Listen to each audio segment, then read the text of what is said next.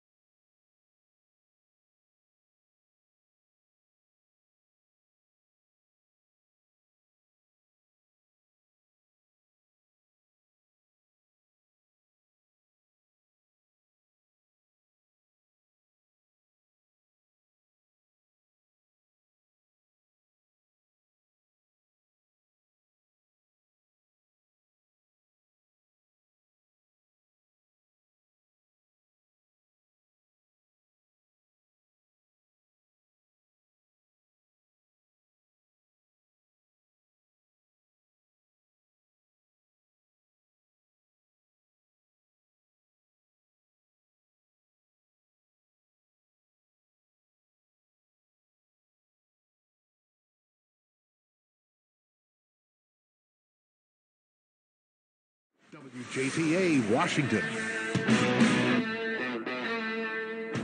This is the TribLive High School Sports Network, the official streaming partner of the WPIAL, featuring exclusive coverage of all playoffs and championships. Stretching across 10 counties, 2,000 broadcasts a year, live and forever archived. HSSN.triblive.com.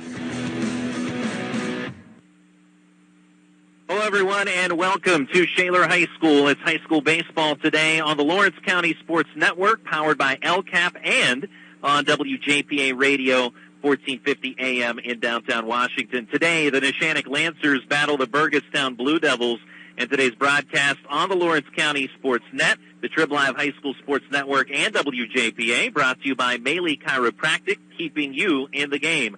Luxembourg, Garbett, Kelly, and George, keeping promises for over 80 years. The Red Zone, score big at the Red Zone. Pontius Insurance, love the life you live, worry-free. The Crane Room Grill, family-owned restaurant, brewery, and banquet center. Tri-County Principals Association, something for your wall photography, capturing that perfect moment. And by the Lawrence County Community Action Partnership.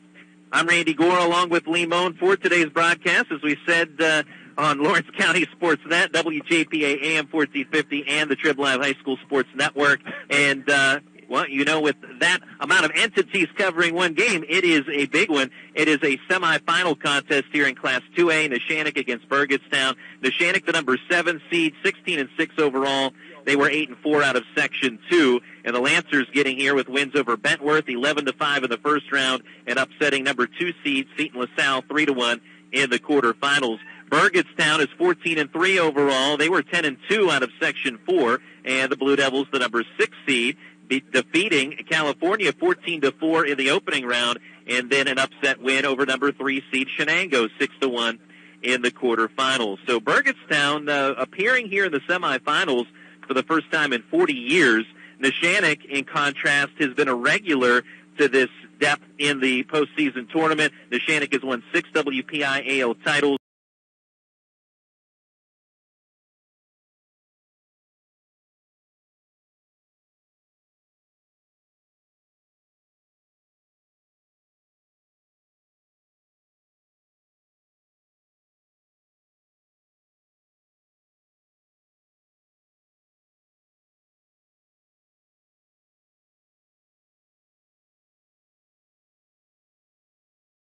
This deep into this WPIAL tournament or into the state tournament as well. But Burgettstown, first time here since 1982. The Blue Devils have never been to a WPIAL final, so should be a lot of fun to see what ends up transpiring here today. Yeah, we'll see if the nerves are going to be up high here for Burgettstown or not, because, you know, we talked to him before the game. He seems to have his group really relaxed, had a great time talking.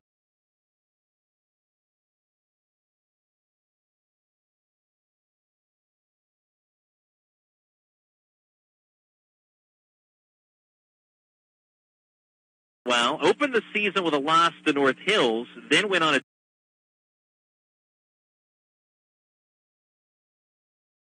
and along the way, Neshannock with a 9-game winning streak from April.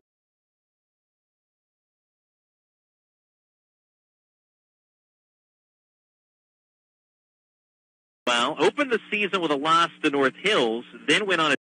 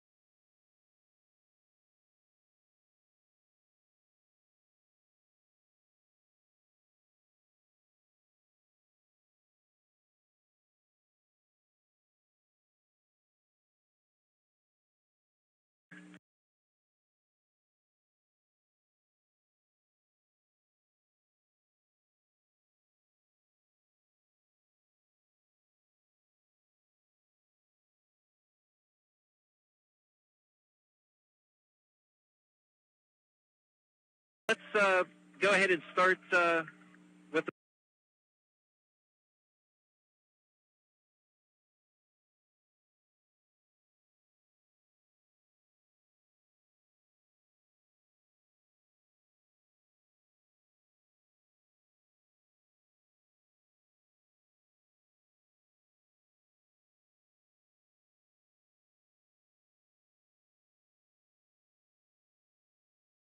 set of quadruplets. Unfortunately, he was injured earlier.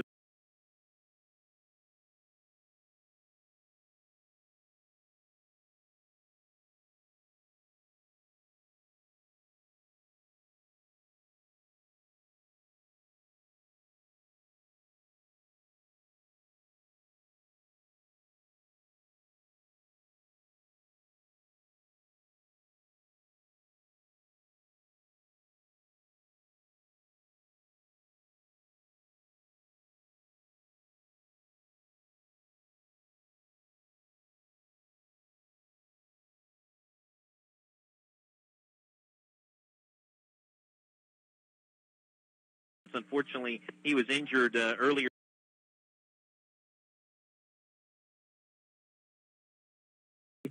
He was stuck on a bridge in Pittsburgh.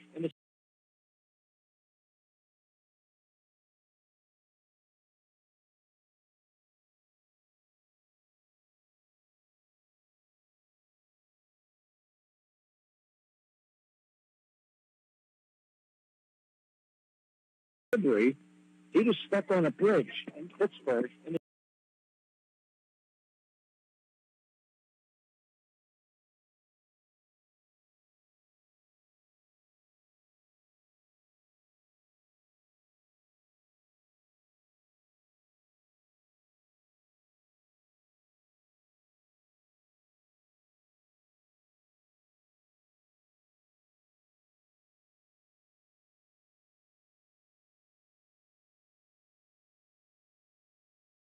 He was stuck on a bridge in Pittsburgh.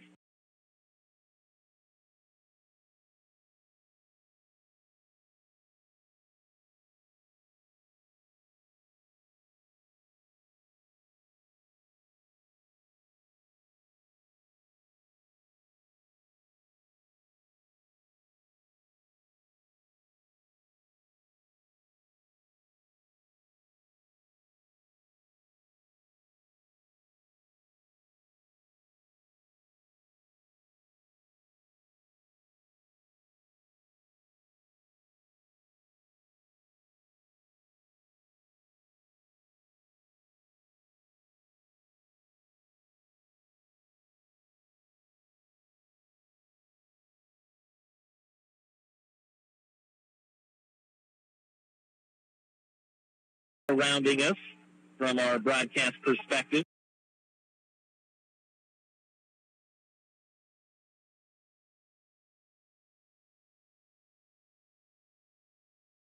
Right now, and after he strikes out the first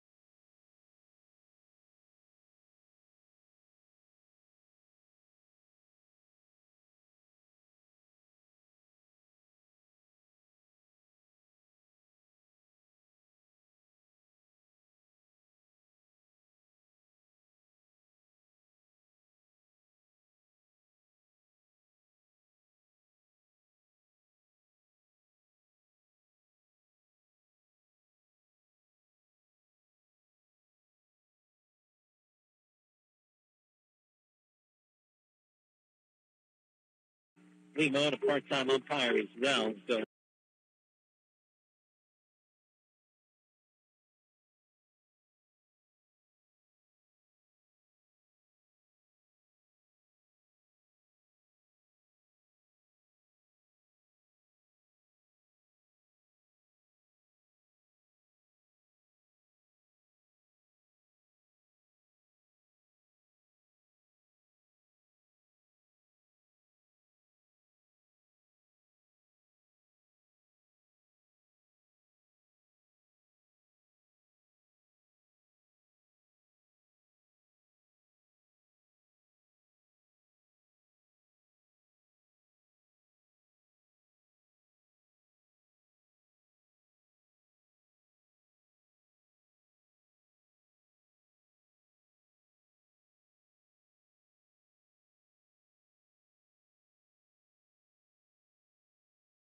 Back in time, this is Terry Hazlett, and every Sunday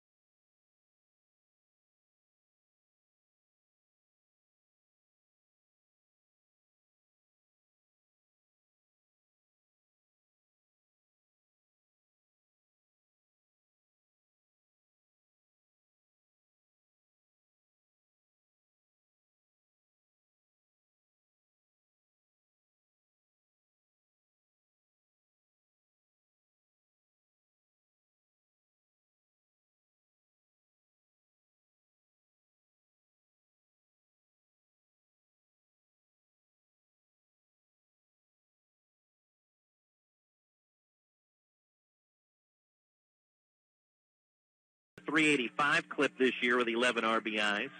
Also in the Pony League World Series last summer, Rind hit .385 with 6 RBI. Yeah, Rind, one of the contributors on the basketball team also for Neshannock. Pickoff toss to check Cubelis, who's in there safely. Top of the second, 0-0. Neshannock left a runner on in the top of the first. Burgettstown did the same in the bottom half. Kladowski's pitch, fastball, lined into, off the body of the second baseman, Lounder, who cut that off to his right, but awkwardly stumbled, and the ball ricochets to his right in unplayable, and Rind is aboard. Cubelis to second. Yeah, just sort of a fister there. It looked like it was going to be harder to hit, but a little bit of English on it, too, which looked a weird bounce. And like you said, Lounder having problems with it. They're going to roll it an infield hit here at Matulak Field. I agree with that. Yeah, I agree as well. Yeah. That was, as you said, it seemed like it was going to be sharper off the bat. It had me fooled a little bit. Certainly had Lounder fooled. He was able to knock it down, which is good because it keeps Cubelis at second, if nothing else. But surely he was thinking at least it out there, unable to get one, however. So 2 aboard with 1 out. Now it's Jack Gleese, who shows bunt, pulls back. Runner from second takes off, and safe with the stolen base is Cubelis at third. Rind stays put at first. He might have missed the sign based on his body language with the first base coach, but it is runners at the quarters. I was going to say that's something you rarely ever see as a single steal from second to third, so for sure signs missed. Yeah, based on Rind's body language, he missed the sign. But that's all right. Neshannock with runners at the corners. Now Jack Gleese. There's a pickoff throw to check Rind over at first. It still keeps the traditional double play in order for Burgettstown. And Neshannock likes to be very aggressive in these situations, so don't be surprised at anything here.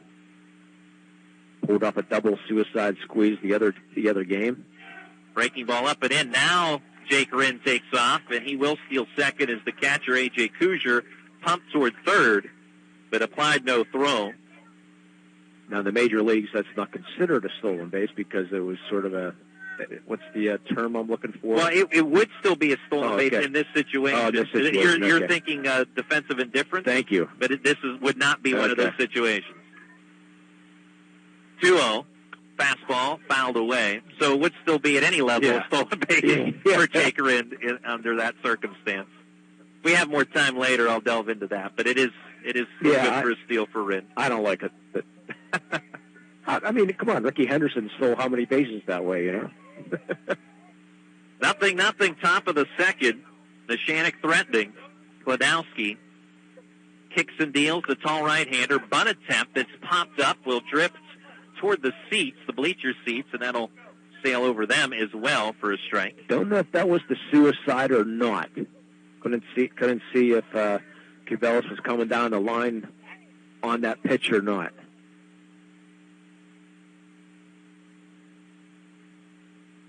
But don't be surprised anything that Coach Q does here. And Coach Q, as you called him, yes, Coach Quilero, but Q for short here at Neshannock.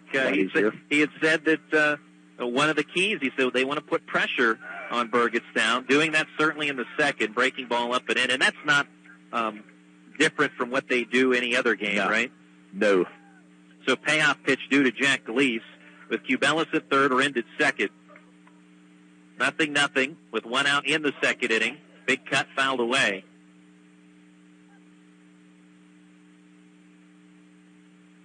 Jack Gleese and his brother Luke, who waits on deck, received opportunities to get into the lineup last year because of injuries across the lineup, and they took advantage of it, capitalized, and they are now regulars. Well, the baseball is going to be sent back to the Burgettstown dugout, and so a new one will come out. Ron Hudson, the first base umpire, something he didn't like about that ball, so he threw it back, and Jason Faulkner tosses out a new baseball here for Kladowski to work with. 2 in scoring position with 1 out. And now time granted to Jack Gleese as Kladowski more deliberate before the payoff. A little cat and mouse here between Kladowski and Gleese. Payoff pitch. Foul ball. Fastball that went off the helmet of catcher A.J. Kuzier. Oh, that went straight off fastball, and that got him pretty good. Now he'll take a walk around to clear the cobwebs as home plate umpire Jason Faulkner checks on him. Now he got a little bit of grin on his face, so he's fine.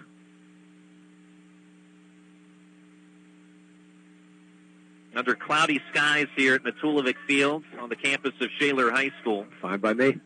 Don't have to worry about equipment overheating. Or sunscreen. Yeah. Time asked for, not granted. 3-2, fouled away, straight back.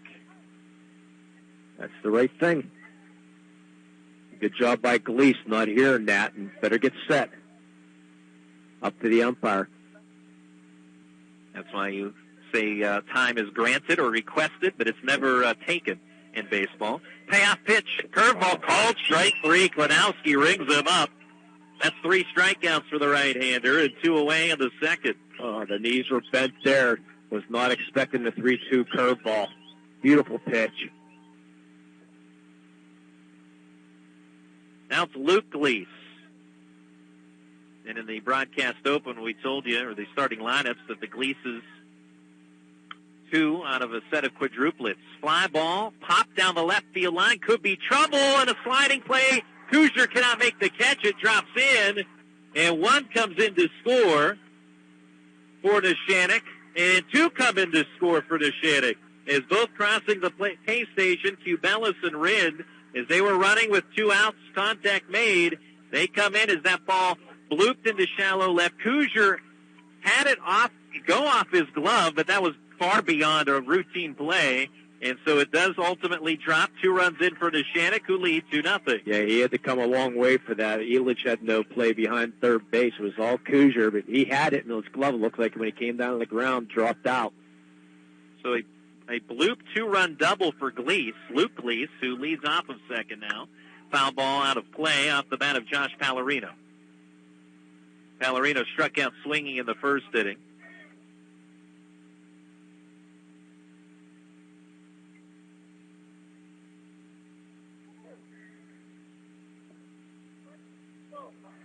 Two nothing Neshannock, top of the second. 0-1. Breaking ball is a called strike. Pallarino, his sister Megan Pallarino, member of the WPIAL and state championship winning girls basketball team at Neshannock. Got the shirt on. Awaits the 0-2. Oh, and now they've got the runner picked up. Klenowski will throw to third, and the out is recorded as Sam Elish gets the tag down on Luke Gleese trying to steal third, and that will end the inning. But Neshannock, a 2-run bloop double by Luke Gleese, scoring Cubelis and Rind, has the Lancers on top. After 1.5, Neshannock 2, Burgettstown 0. I'm RJ Diaz, your safe money guy. If you're approaching retirement, we need to talk. I offer retirement income planning strategies with lower risk and guaranteed income. Call me, 412-569-4000. And remember, I offer safe money investing with 0 fees. Let's get together for a free no-obligation review of your retirement plans. I'm RJ Diaz, your safe money guy. 412-569-4000. Planning your ride on public transit has never been easier with the Freedom Transit mobile app. Access real-time bus information and plan your commute with the built-in trip planner. The Freedom Transit app also allows you to explore future bus times and purchase, manage, and redeem bus passes right on your phone. Create an account through the mobile app to connect bus passes on your phone to a Freedom Transit smart card for more convenience and flexibility. Learn more about the new Freedom Transit mobile app. Visit freedom-transit.org. Neshannock leads 2-0 as we head to the bottom of the second. Burgettstown will lead off with Luke Lounder. Also due up Brody Kuzier and Maddox Gratchen. Sebastian Corio, a right-hander for the Lancers, delivers a fastball fouled away by Lounder for a strike. Winner of this will advance to the championship at Wild Things Park next week. On the other side of the bracket, top seed Sarah Catholic against Riverside. 0-1 curveball chopped to third. Waiting on the high hop, Colton Schaefer. Strong throw across the diamond and plenty of time to retire Lounder one away. You can grab a seat in the bar, the dining room, the loft, or outside in the patio. There's plenty of room at the Crane Room. Stop by before or after the game or visit them online, www.craneroom.com. Brody Kuzier, the next man for Burgettstown. Trailing 2-0 are the Blue Devils to Sebastian Corio and the Neshannock Lancers. Fastball, fly ball, drilled right center field. That in the gap for a base hit. Cut off by Pallarino. And that'll keep Kuzier to a single, but a one-out base runner for Burgettstown. Maddox Gratcha, the designated hitter. The flex is Nathan Katuch, the right fielder for Burgettstown, but here's Gratchen. Burgettstown, earlier this year, Coach Doug Tuno earned his 100th career coaching win on April 7th. That was following a 10-0 victory over Avella. Curveball, and that is off the foot of Maddox Gratchen for a foul ball. And that emphatically ruled immediately by Jason Faulkner, the home plate umpire. He's been emphatic about every of those strike calls. Love them. You know it's a strike. Short lead at first. Corio from the stretch brings the 0-1. Breaking ball dips low. 1 ball, 1 strike to Gratchen. Yeah, he's part of the basketball team at Burgettstown. Burgettstown appearing in the WPIAL semifinals for the first time since 1982. Another one that's low, maybe a bit outside as well. 2 balls and a strike. And the Blue Devils have never been to the WPIAL championship.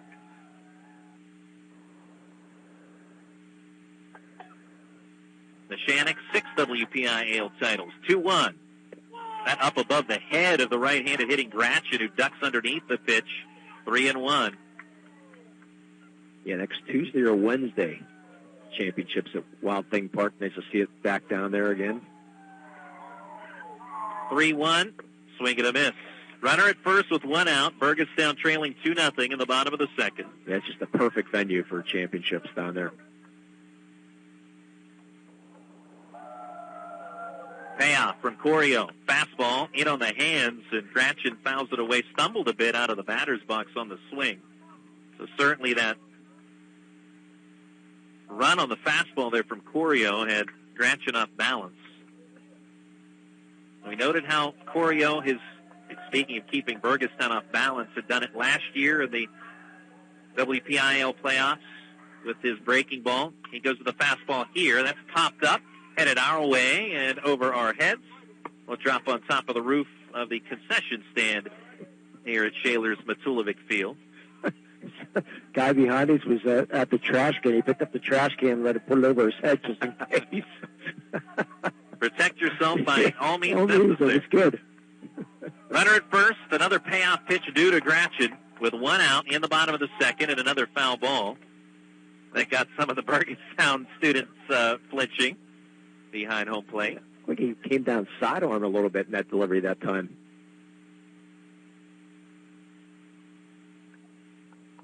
We'll try this 3-2 again. 2-0 Neshannock, bottom of the second. And the payoff curveball bounced toward third, cutting it off to his left. Colt Schaefer throw to second for the out of the lead runner 5-4. Brody Kuzier retired. Reaching on the fielder's choice is Gratchen. Well, Schaefer's been the difference so far defensively. 1, 2, 4th chance so far for him. Here's Sam Elish, third baseman. And we have to credit Chris Dugan for this golden nugget, but Sam Elish, Chris Dugan, of course, the fantastic writer for the Observer Reporter in Washington.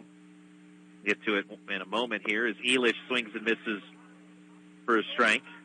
But Sam Elish, his father Troy Elish, is the lead singer of the Vogues, a band that you often hear on WJPA radio. A very famous band, yes. 0-1, fastball is strike 2.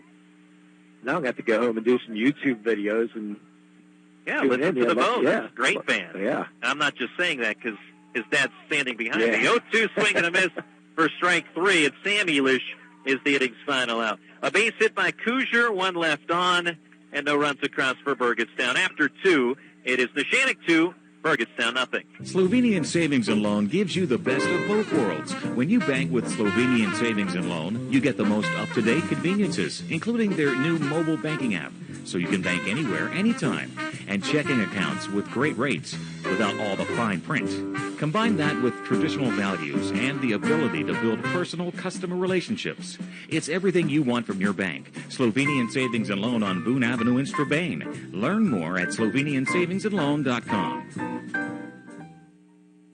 It's time for spring cleaning, and Canton Township Cleanup Day is a great place to start. This Saturday, drop off items at 655 Grove Avenue. No paint cans or hazardous items. TV disposal was $40. Tires without rims, $2 each. Canton Township residents only. Proof of residency required. Snack stand available. Canton Township Cleanup Day, this Saturday from 10 till 3 at 655 Grove Avenue. Call for details, 724-225-8990. Burgettstown in the bottom of the second, getting a runner on, but leaving one stranded. So it remains 2-0 Neshannock. The Lancers scoring on a 2-run Bloop double by Luke Gleese in the second inning. That's the difference in the ball game. And in the top of the third, it'll be the top of the order due up. Josh Pallarino was actually at the plate when Luke Gleese was caught stealing to end the second. So he'll start the third. Left-handed hitter who's 0 for 1, struck out swinging in the first. Nathan Klodowski, the St. Bonaventure commit, on the bump today for the Blue Devils, and he fires in a fastball that's low for ball one. His battery mate, A.J. Kuzier, committed to Marywood University. That's a Division III school. Pitch up high for ball two. Marywood in the D3 Atlantic East Conference. I was going to throw that random question, but I answered it before it came. 2-0 is low. 3 balls and no strikes. That's the key with Limon. Sometimes you got to beat those potential Google questions to the punch. 3-0 is also out of the zone. A 4-pitch walk to Pallarino and a leadoff base runner for the Lancers. A busy day in western Pennsylvania for sports. Again, later on in WJPA, Peters Township taking on Thomas Jefferson. Mark Uriah on the call of that semifinal. That's your out-of-town scoreboard brought to you by the Crane Room. Breaking ball downstairs to J.R. Prosson. That was a sharp bender there from Klodowski. You can see why he's going Division I. The St. Bonaventure Bonnies, 1-0. Fastball is grooved in for a strike, 1-1. He's got a good fastball.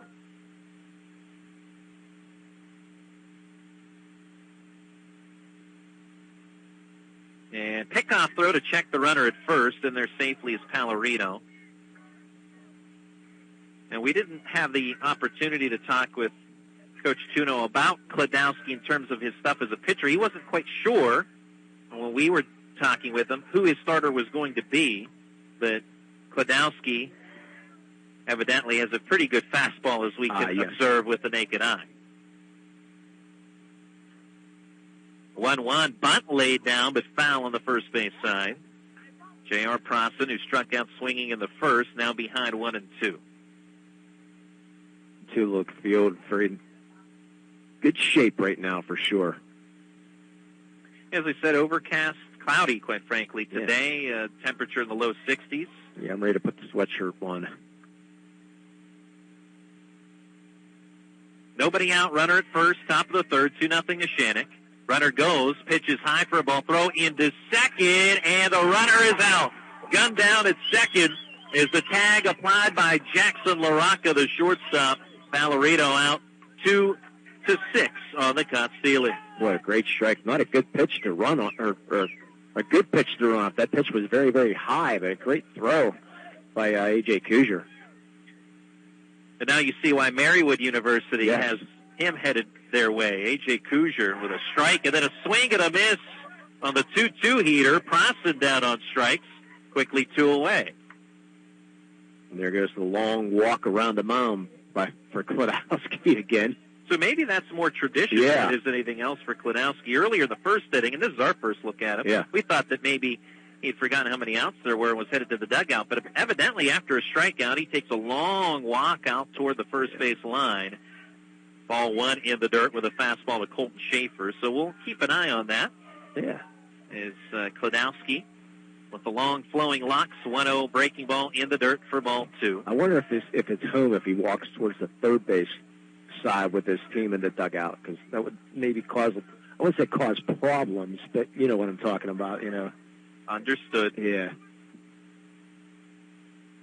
Blue Devils with the gray uniforms today, gray tops and bottoms.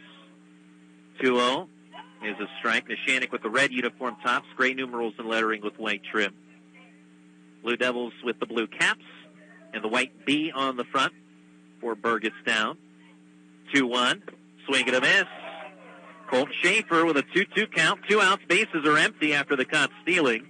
2-0 Neshannock here in the top of the third, and the 2-2 pitch is popped to right field. In on it is Katuch. He'll make the catch hitting over. So a walk caught stealing. Nobody left on. No runs for Neshannock after 2.5. It's Neshannock 2 and Burgettstown nothing. Bring together expert faculty. Offer programs in high-demand fields. Add in a few centuries of tradition. You might call it the future of higher education. We're calling it Pennsylvania Western University. We've combined the resources of California, Clarion, and Edinburgh to create a new way to educate, where opportunities are boundless and tomorrow is yours to define. Built on tradition, built for your future. Welcome to Penn West. Sexual violence doesn't discriminate by race, gender, orientation, or identity, and neither do we. We see you, we believe you, we are here for you. The Care Center STARS program offers discreet, free, and confidential counseling and advocacy services for all survivors of sexual violence. Contact the STARS program at 724-229-5007 for assistance. That's 724-229-5007. Bottom of the third we go at the Tulovic Field. Jackson LaRocca will lead off for Burgettstown. He was a part of a caught stealing a half inning ago. As it's 2-0 Neshannock leading Burgettstown. Yeah, time we're during this inning, during the in between batters, our Maley Chiropractic Minute, we'll take a look at some of the softball teams in Lawrence County. Look around, see what's going on. As Neshannock is playing at Charleroi today at 5 o'clock. And Laurel is going to be playing Chartiers Houston at 4 o'clock at Swickley Academy. Jackson LaRocca shows bunt, pulls back, fastball is strike from Sebastian Corio. And in single A, the Union Scotties, that game will be able to be tomorrow at Greensburg Central Catholic. They will be taking on them. Site and time to be determined because the sites aren't updated yet.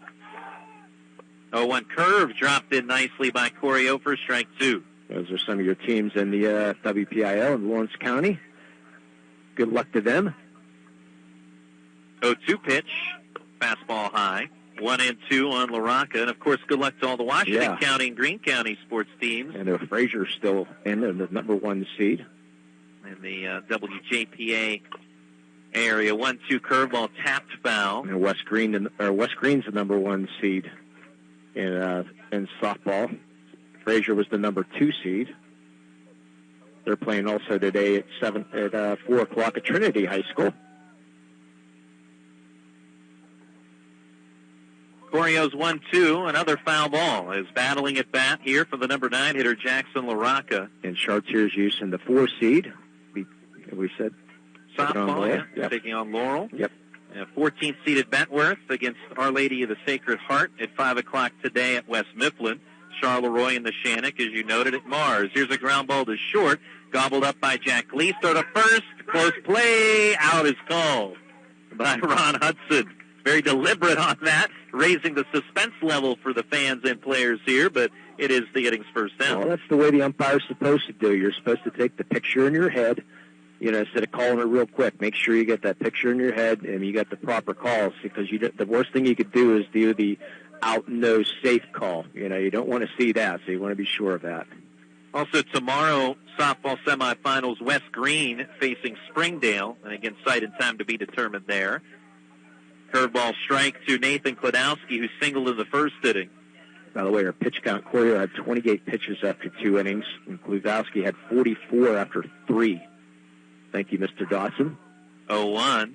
Curveball, bounced hard. Two-hopper to second. Prosson reached out to his left, and that second hop was a little lower than maybe most would anticipate, but Prosson handled that perfectly and then gets the out 4-3 of Klodowski. 2 up, 2 down. Up next, Eric Kovac, as Neshannock leads 2-0 in the bottom of the third. Yeah, he made it look easy, didn't he? He really did. Natural surface here at Shaler. Fastball, swing and a miss, beats Kovac for strike one. Big fan of that. If you can play on grass and dirt, by all means. Let's play 2 even. Here's a chopper that will spin foul on the third base side. Of course, that's not the feel of today's game, unfortunately. You want to try to get as many games on turf as possible so you can get the games in. You know, but I'm a big fan of the natural surface, for sure.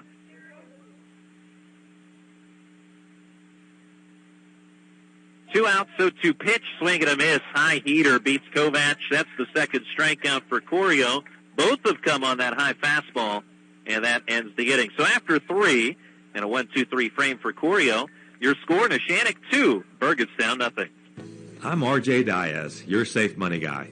If you're approaching retirement, we need to talk. I offer retirement income planning strategies with lower risk and guaranteed income. Call me, 412-569-4000. And remember, I offer safe money investing with 0 fees. Let's get together for a free no-obligation review of your retirement plans. I'm RJ Diaz, your safe money guy. 412-569-4000. Grandma, I'm home. Are you an older adult in Pennsylvania raising a grandchild or other young family member? You may now be eligible for Medicare Savings and Medicare Extra Help programs that can help save you thousands each year on medical and prescription costs, even if you've been denied in the past. Income limits change each year, so apply now. Call the PA Medi Helpline at 800-783-7067 or your local area agency on aging for assistance. Supported by the U.S. Administration for Community Living, paid for with Pennsylvania taxpayer dollars. Back at Matulovic Field at Shaler High School, Neshannock, the number 7 seed, leading 6th seed at Burgettstown 2-0. In the 4th inning, Grant Melder, Nate Rind, and Dom Cubelis to bat. And the only runs in this game, scoring in the second, a 2-out, 2-run bloop double by Luke Gleese to bring in Cubelis and Jake Rind. And those RBIs by Mr. Gleese was brought to you by the Red Zone. You can stop by the Red Zone on Wilmington Road in Neshannock for all your county sporting apparel needs, sporting goods, custom apparel, embroidery, and more. Visit them online at theredzonesports.com and on Facebook. You can search the Red Zone. Score big at the Red Zone. In the 4th, Grant Melder starts it off. He's 0 for 1. Flew out to right field in foul territory to end the first inning. He takes a breaking ball low from Klodowski for ball 1. Yeah, and Mr. Dawson just texted me saying the Union Greensburg Central Catholic's official now. 1-0 fouled away. Game will be at Mars tomorrow at 5 o'clock. I'll be on the call of that game with Mr. Dawson. Another freshman pitcher on the mound. 1-1, up and in. And that backs off Melder.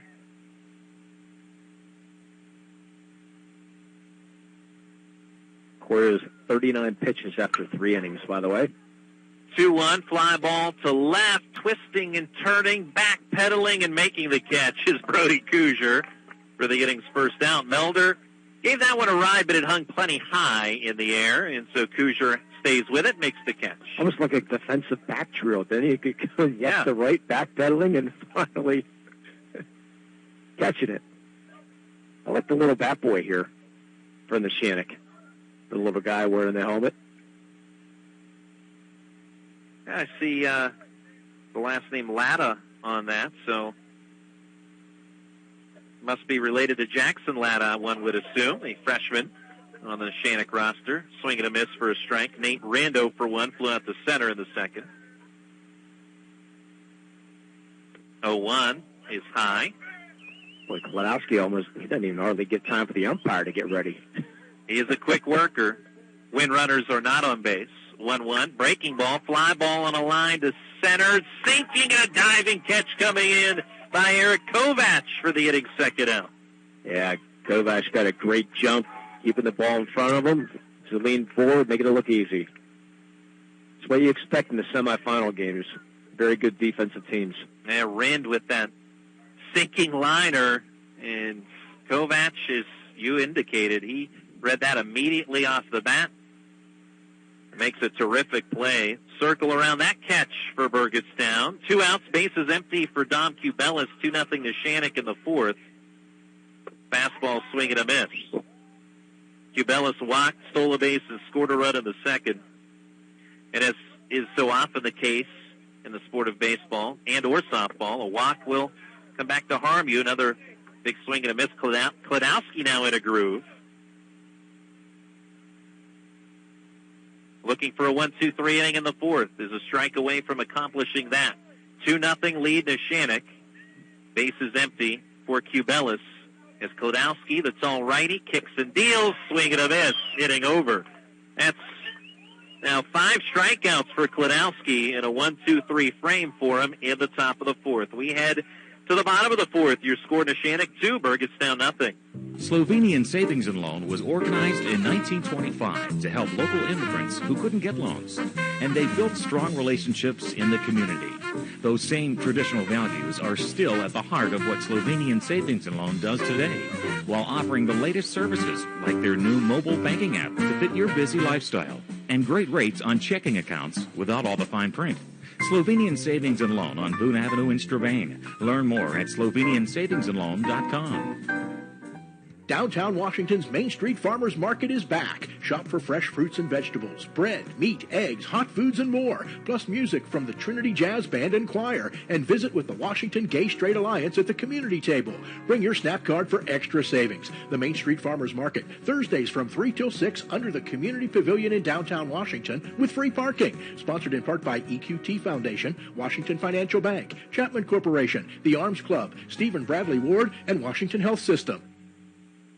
Neshannock 2, Burgettstown 0. Bottom of the fourth, A.J. Kuzier will start off for the Blue Devils. He's 0 for 1. Grounded out to third in the first. Yeah, at the end of this game, Randy, we'll have our Maley Chiropractic Play of the Game and our LCAP Player of the Game. So you have to be on tune here. We're going to both agree on a Player of the Game and a Play of the Game here later on. Sebastian Corio, curveball strike on the outer quarter. Long look at that from A.J. Kuzier. Burgettstown fans don't agree. 0-1. Swing and a miss. Breaking ball that dipped low, and with the previous pitch having been called a strike, Kuzier went after that one, hitting .500 with 30 RBI coming into this game. 0-2 from Corio. Fastball this time. This is popped out of play. Down the right field side. Yeah, Pallarino and Melder giving it a look. Yeah, Red Zone's been handing out T-shirts for that for all year long. For the Player of the Game and the Play of the Game. 0-2.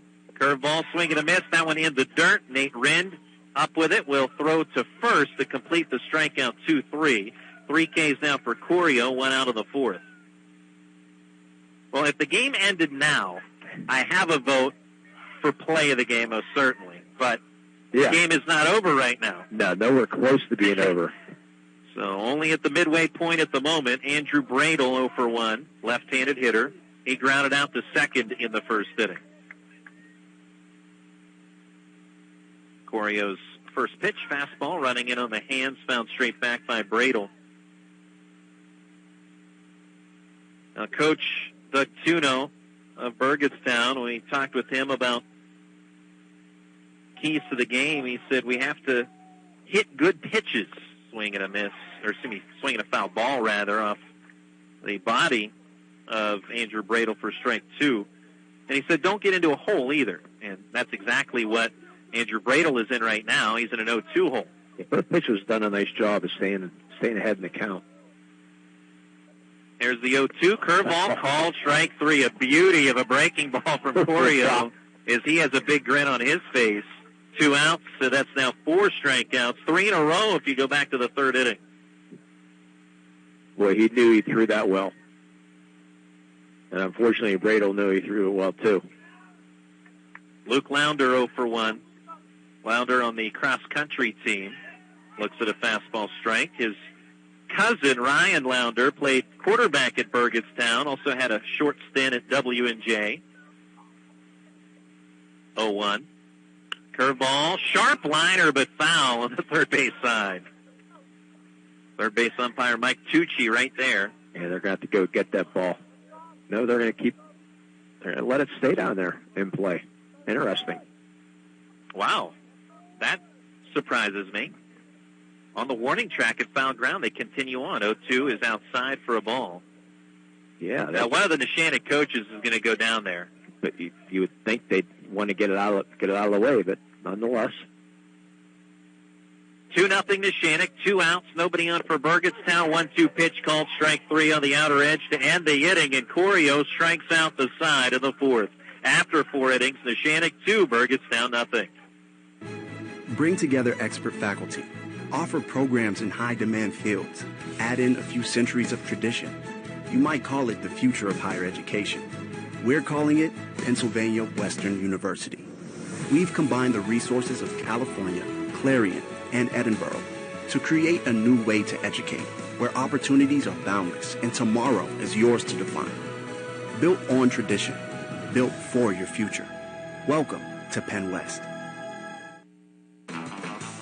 The Battle Countdown takes you back in time. This is Terry Hazlett, and every Sunday at noon we highlight a week from the golden age of Top 40 radio, followed by Cruisin' Sunday from 2 to 6. And this is Gee Whiz George, host of Cruisin' Sunday night. Starting at 6, I bring back forgotten classics, local favorites, and the parking edition at 11. We go where most stations won't, every Sunday here on WJPA. We head to the top of the fifth. Neshannock with a 2-0 lead over Burgettstown in the WPIAL Class 2A semifinals. Yeah, pictures of today's game will be available on the website. Thanks to Something for Your Wall photography. Nothing's better than the perfect capture moment, the slide in the home, crossing the goal line, the perfect dig, the concentration, the frustration, the elation. Heather Walter wants to give you something for your wall. Check out selected images of today's broadcast on lcsportsnet.com and check out all of our great capture moments on Facebook. Search Something for Your Wall. Today's game on Lawrence County Sports Network, WJPA AM 1450 in Washington, as well as the TribLive High School Sports Network. Curveball bounced past the bound, fielded by the shortstop Gleese. In on the grass, Fields throws and retires Jake Rind. 1 pitch, 1 out in the top of the fifth. Well, I don't want to put a jinx, but at this rate, these pitchers could pitch about 11 innings with the pitch count right now. I mean, they're just breezing along. Other than that bloop double, that's been about it. Yeah, that's true. You think about the only runs that have scored in this game, it came on a bloop double that was just beyond Luke Gleese being able to corral it cleanly. He got a glove on it, but it blooped in for the 2-bagger at 2 runs. Jack Gleese is 0 for 1, struck out looking. He takes a strike here. Klodowski, of course, working quickly, fires in, strike 2, swing and a miss. Is that good curveball from Nathan Klodowski? Gets Gleese chasing. Now the 0-2 pitch. That is up and in. 1 ball and 2 strikes to Jack Gleese. I knew that was the question. I knew Dotson was listening there. Klodowski with 55 pitches and Corio with 50. To clear that up. Yeah, so. 1-2. Swing and a miss. Beauty of a curve from Klodowski. 6 Ks for Nathan K. 2 outs, nobody on. Up next, Luke Gleese. And here, Gleese, again, he had the 2-run double in the second. Yeah, and that's the obvious lead candidate for the play of the game. Yeah, the chiropractic play of the game, yeah. Right now, anyway. Next pitch, first pitch in this at-bat to Luke Gleese is a ball from Klodowski. Outside to the right-handed hitter. 1-0. Fastball is a strike. And Neshannock's head coach, John Calero, he had said about getting the ball, putting the ball in play, working the count, get good at bats, and putting the ball in play. 1-1 fastball fouled away, now 1-2. And the key to that, put the ball in play. So many strikeouts in this game, but Gleese, with the bloop double, he put the ball in play. You do that, good things will happen. They certainly did for him there. 1-2, curveball, called strike 3. Nobody, only Jake Rind put the ball in play, and that was a weak ground out in this 5th inning. As Klodowski strikes out a pair. He's up to 7 strikeouts today. And the score remains after 4.5. Neshannock 2, Burgettstown nothing. I'm RJ Diaz, your safe money guy. If you're approaching retirement, we need to talk. I offer retirement income planning strategies with lower risk and guaranteed income. Call me, 412-569-4000. And remember, I offer safe money investing with 0 fees. Let's get together for a free no-obligation review of your retirement plans. I'm RJ Diaz, your safe money guy. 412-569-4000. Having a newborn or one on the way can be an overwhelming time. WIC wants to remind pregnant and postpartum women that they are here for you with nutrition and breastfeeding education. Blueprints WIC even provides additional breastfeeding support through their Breastfeeding Peer Counselor program. They also provide an average of $64 per month benefit on healthy foods, plus farmer market vouchers for those who qualify, and more. WIC is wanting to help you. Visit myblueprints.org or call to set up your appointment. PA WIC is funded by the USDA. This institution is an equal opportunity provider. Bottom of the fifth, Brody Kuzier leads off. He's singled in the second. Burgettstown trailing 2-0 to Neshannock in the semifinals in the WPIAL Class AA playoffs. Foul ball through the woods and out onto the roadway, Anderson Road. Almost got the car, too. Yeah, I saw that. Kuzier awaits the 0-1 from Sebastian Corio. Pops out of play this time. That and now might get a car. 0-2. So Corio has struck out 4 in a row going back to the third.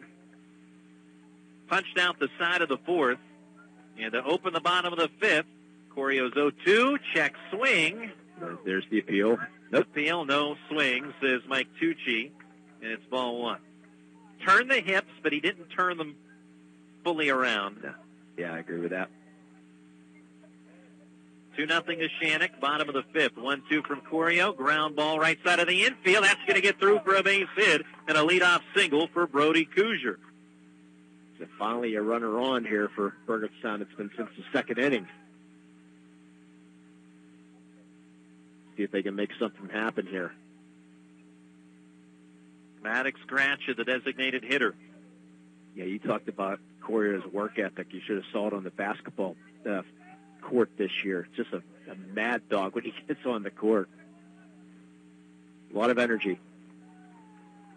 Corio's fastball swung on and missed by Gratchen for a strike. Gratchen 0 for 1, reached on a fielder's choice in the second. Neshannock with a 2-0 lead, only run scoring in the second. Runner at first here, nobody out, and this 0-1 is drilled but hooked foul by Gratchen. And he's behind 0-2, which has been a common theme as Corio's been out in front of just about everybody. That might have been the best hit ball of the day for Burgettstown. 0-2, curveball, fly ball, shallow left center. That's going to drop in for a base hit. Held at second is Kuzier, 2 on, nobody out. Easily the best scoring opportunity for Burgettstown all game long. Yeah, he was out in front of that curveball, but able to put it in the left center field. Or, well, the pitching conference here. It's timeout brought to you by Ponce Insurance. It's like the teams go to the sideline to listen to their coach to discuss their needs. It's what you get at Ponce Insurance. They put their attention to things you own so you can devote your attention to the ones you love. Visit them online at PonceInsurance.com. Ponce Insurance. Love the life you live. Worry-free. Well, Neshannock had been loving the life they've been leading up to this point, but it's not worry-free at the moment because Burgettstown with 2 runners on and nobody else. Kuzier at second and Gratchen at first. Back-to-back singles to open the inning. Sam Elish is the next hitter. He struck out in the second. And so the meeting with Coach Q of Neshannock, Coach Calero. Yeah, in his second year here in Neshannock. Retired after last year, after about a month, and said, I think I'd like it back. He resigned and was able to get the job back.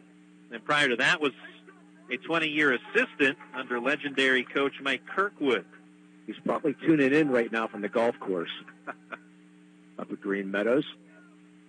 Pickoff throw over at first, and that time the second baseman, J.R. Prosson, charged way in. Interesting. And the pickoff throw went to first baseman Melder. So trying to catch Gratchen. Swing and a miss here by Elish for a strike. Something off speed there from Corio. Yeah, Coach Kirkwood retired after 25 years at the baseball field named after him. What an honor that is. 0-1. High fly ball left center.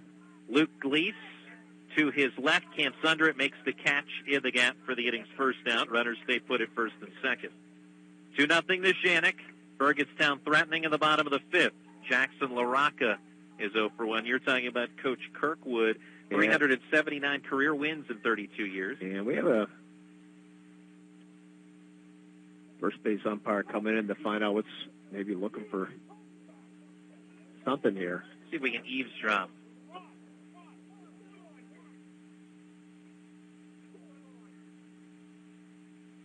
Well, one of the hold on here. Again, we'll try to eavesdrop a bit. Oh, it will not be a flyout. Apparently time was called by someone. And first base umpire Ron Hudson comes down and says, I killed that play. Now, Coach Tuno, well, he's just going to kind of do a flyby there on the umpire's huddle. You guarantee if he would have joined that, Coach Q would have been joining the conversation also. So this may not be a flyout just yet. The umpires congregate to discuss. Jason Faulkner, your home plate umpire, Ron Hudson at first, and Mike Tucci at third. So perhaps time was called prior to the pitch. Yeah, prior to the pitch away from home plate, because clearly it didn't happen at home. And Ron Hudson, we eavesdropped a little bit there. We could hear him say, I killed that play. So now they're going to talk it over and find out if the play will continue or not. Boy, if I'm a first base umpire making that, I would have just said, no, I didn't kill it. No one saw me call timeout, unless one of the Burgettstown coaches saw that. So that had to have been the case. The first base coach evidently saw it, and now headed over to Coach Calero, is home plate umpire Jason Faulkner. Sam Elish, the hitter, still remains near the batter's box, so it looks like Elish is going to get a second chance at this. Interesting. Well, and from our broadcast perspective, we want to point this out. We're ground level, back into the right of home plate. So the first base area is not exactly the easiest part of the ballpark for us to see in terms of whether, I'm not disputing, obviously, time was called. Right. It's just a matter of whether it was before or after. And we're just assuming that was the call as of right now, too. Now, Sam Elish is sent away from the home plate area. Is Coach Calero getting the explanation? And as you would expect, he is in disapproval of the situation. He thought that this should be out number one with the fly out to left center, caught by Luke Gleese. And I can't say much because I can't hear anyways, but, if you're going to call timeout, and I don't know if he did, it was a loud time or, what the call was, but nonetheless, it looks like it's what the situation is, and Coach Q wants that out, as you can understand. But the thing is now is Corio is standing out in the mound just sort of waiting and waiting as his delay's going at least 3-4 minutes now. See how that affects him if this call stands up. To me, if time was called, time was called. Right, I don't know what else you could do about it. So Sam Elish is in. That's going to be the case. Again, if time was called, Hudson said, I killed the play.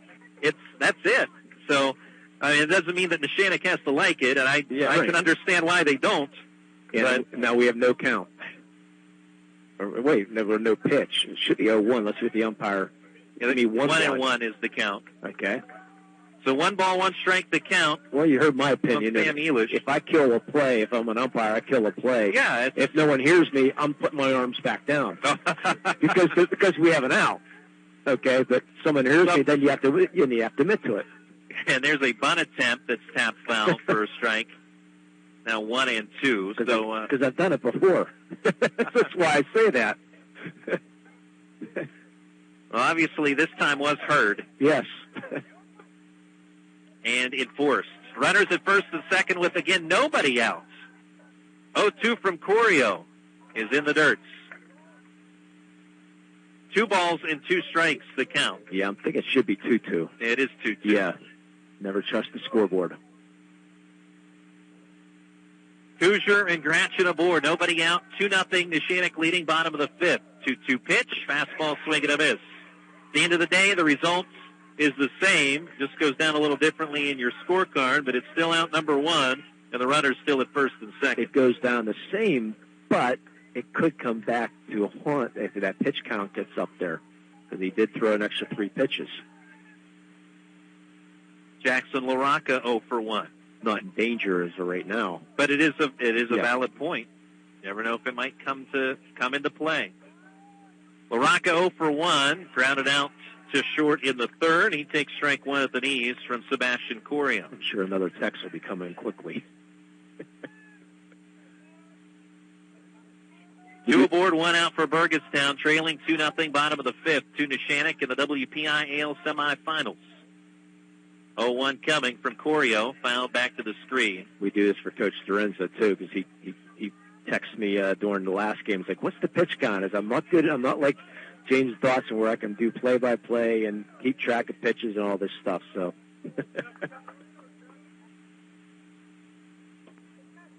Corio out in front of yet another Burgettstown batter. He has punched out 6 today. And he will step off here. Or the late, great Mark Schoss. We always have to have one Mark Schoss notification here on the Lawrence County Sports Network. 0-2, fastball, swing and a miss. 7 have been fanned by Corio. 2 outs.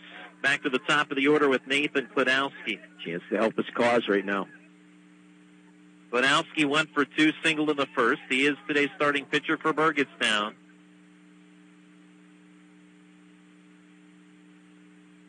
Only 4 hits permitted today by Corio after he threw a 2-hitter against Seton LaSalle.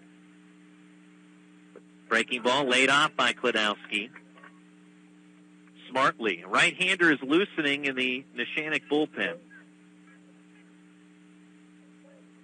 As Corio trying to wiggle out of his first jam of the day. Yeah, I figured that was Mr. Waltzer, Jacob Waltzer down there.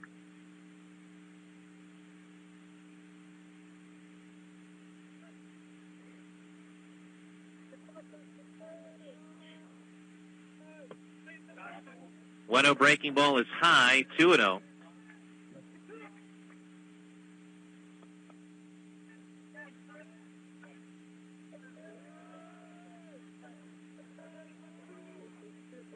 Two aboard and 2 outs. 2-0 pitch is a curveball called strike. Kladowski doesn't like it. Wants to know where the location is on that one. And home plate umpire Jason Faulkner gives him the explanation. 2-1. Curveball that's bounced up the first base line. A right 2. Grant Melder at the bag. He takes 1 step over to his left. Steps on first to end the inning. Couple of singles, 2 left on for Burgettstown, and no runs across to the bottom of the 5th. After 5, in the WPIAL Class 2A semifinals, it's Neshannock 2, Burgettstown nothing. Slovenian Savings and Loan gives you the best of both worlds. When you bank with Slovenian Savings and Loan, you get the most up-to-date conveniences, including their new mobile banking app, so you can bank anywhere, anytime, and checking accounts with great rates without all the fine print. Combine that with traditional values and the ability to build personal customer relationships. It's everything you want from your bank. Slovenian Savings and Loan on Boone Avenue in Strabane. Learn more at SlovenianSavingsandLoan.com. Planning your ride on public transit has never been easier with the Freedom Transit mobile app. Access real-time bus information and plan your commute with the built-in trip planner. The Freedom Transit app also allows you to explore future bus times and purchase, manage, and redeem bus passes right on your phone. Create an account through the mobile app to connect bus passes on your phone to a Freedom Transit smart card for more convenience and flexibility. Learn more about the new Freedom Transit mobile app. Visit freedom-transit.org. Top of the 6th at Matulovic Field, WPIAL Class AA baseball semifinals. Neshannock holding a 2-0 lead over Burgettstown is in the 6th. It'll be the top of the order for the Lancers. And remember, after the game, we'll have our LCAP Player of the Game, Lawrence County Community Action Partnership, dedicated to enhancing the quality of life within Lawrence County by eliminating and preventing the causes and effects of poverty by mobilizing and directing resources to assist, educate, and promote self-sufficiency. For more information and on to find out how you can assist, visit them online at lcap.org. That's lccap.org. LCAP, changing lives. Well, again, if the score stays the way it is, I have an idea for play of the game and perhaps player of the game, but still a whole lot of work to be done in this one. Even though 2 innings remain, Burgettstown very much in this contest, trailing 2-0. But Klodowski back to work. Ball 1 and ball 2 to Pallarino here. And Corio's only pitched 63 pitches after 5 innings. Klodowski was 68.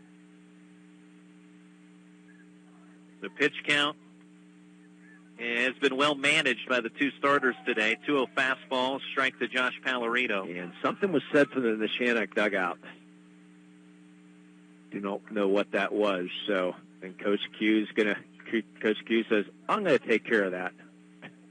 Something I think might have been said towards the pitcher.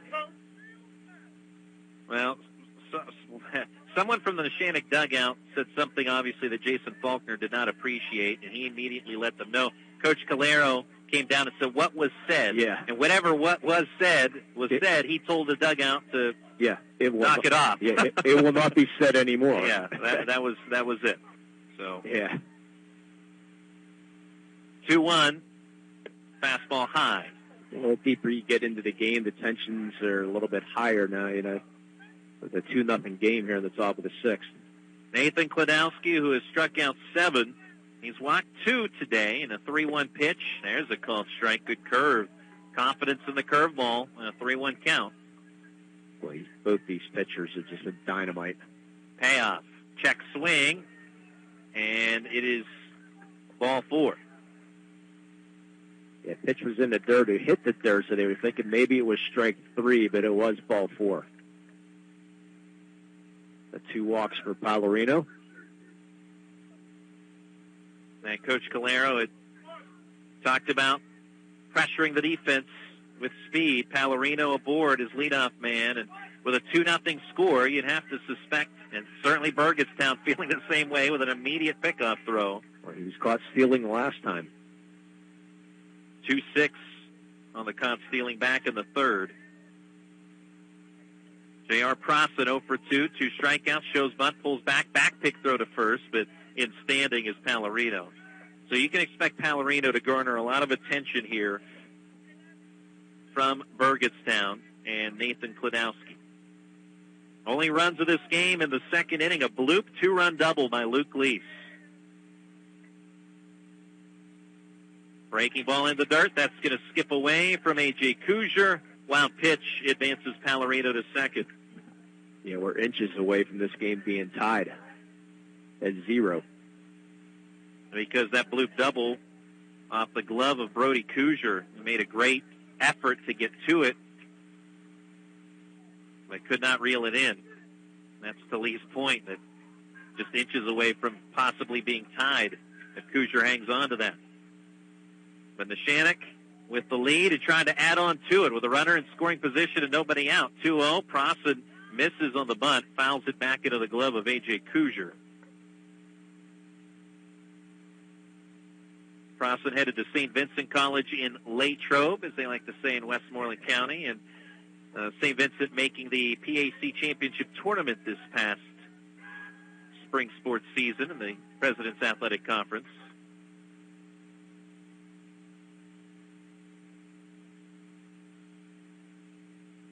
So play next year for Mick Janasco. 2-1, stabbed at the bunt attempt, misses it for strike 2. Speaking of the PAC, congrats to the W&J Presidents winning the conference for a 14th time, and unfortunately falling in the regional out at Lebanon Valley, but lost to Rowan, but a great run for Jeff Mountain and his group. Did I read St. Vincent got in the softball World Series, if I'm not mistaken? They made it to the PAC finals in softball as well. 2-2. Breaking ball, swing and a miss. Prossen reaching for the breaking ball as Klodowski pulls the string on him. Third time Prossen has been fanned by Klodowski today. He's up to 8 strikeouts. Colton Schaefer singled in the first, flew out to right in the third.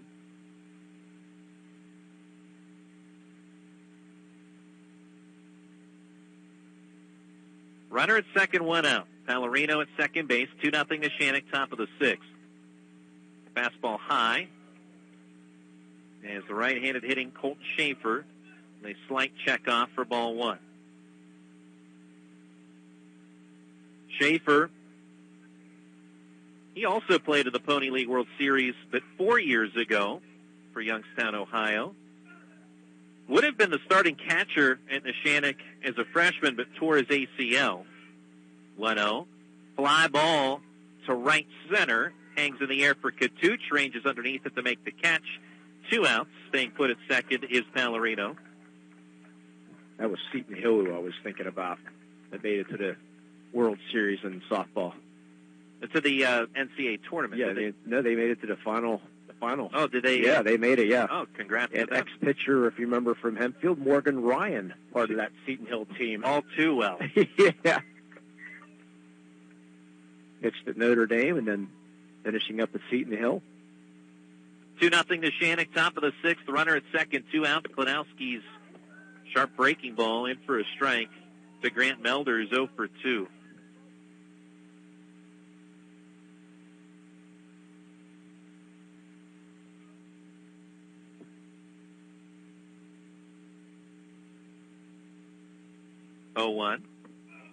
And going around slowly, but on the curve is Melder for strike 2.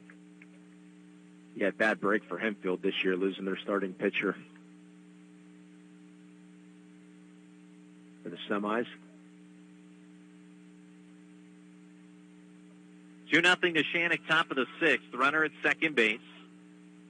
And Klodowski's fastball popped up on the infield. Second baseman Launder calls for it and puts it away into his leather for the inning's final out. Had to make a hop there at the end of that to make the catch, but does reel it in, and the side is retired. A walk, no runs for Neshannock, and 1 left on. We head to the bottom of the 6th. The score, Neshannock 2, Burgettstown 0. Bring together expert faculty. Offer programs in high-demand fields. Add in a few centuries of tradition. You might call it the future of higher education. We're calling it Pennsylvania Western University. We've combined the resources of California, Clarion, and Edinburgh to create a new way to educate, where opportunities are boundless and tomorrow is yours to define. Built on tradition, built for your future. Welcome to Penn West. You want to feel important. You want to be a part of something bigger, something that matters and can help change things. You want to feel like you belong. We know. We felt that way too. And that's why we did something about it. We aren't just Army National Guard soldiers. We are normal people just like you. And together, we can make a difference. Take on your legacy. Visit NationalGuard.com to find out more. Sponsored by the Pennsylvania Army National Guard. Aired by the Pennsylvania Association of Broadcasters and this station. Neshannock holding a 2-0 lead in the WPIAL Baseball Class 2A Semifinals. Burgettstown with 2, 3, and 4 due up in the bottom of the 6th. First pitch, ground ball toward the bag, fielded by Schaefer at third. Throw across the diamond in time to retire Eric Kovach. 1 pitch, 1 out, but it took a great play by Schaefer to make it happen. A turf field that might be down the line and rolling for a double, but the grass field slows it down. Nice play by Schaefer. Makes the strong throw. He's been sharp. Now, off the bat, I thought that was destined to roll into left field, but Schaefer with the backhand play near the bag gets it done.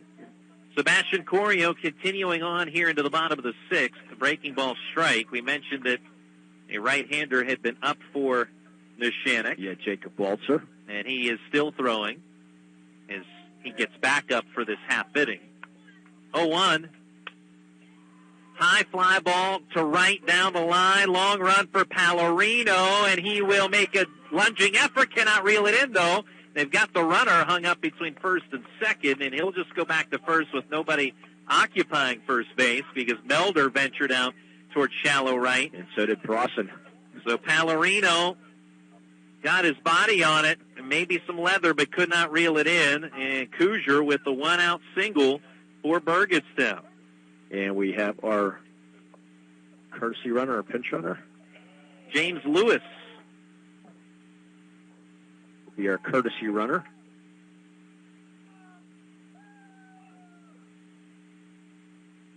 Yeah, good effort there. But unfortunately, not able to bring it in was Pallarino. Only the fifth hit allowed by Corio, but it's a one-out single for Burgettstown, trailing 2-0. Looking for some late-inning magic, Andrew Bradle fouls off the first pitch. These teams met last year in the playoffs. Neshannock had a 3-0 lead before Burgettstown tied it in the seventh, 3-3, and then Neshannock walked it off in the bottom of the seventh that year. That was last year. Ground ball pulled foul, first base side. Yeah, so 0-2 is Bradle. Yeah, we mentioned the Something For You All photography earlier on. That's her son down there in the bullpen, Jacob.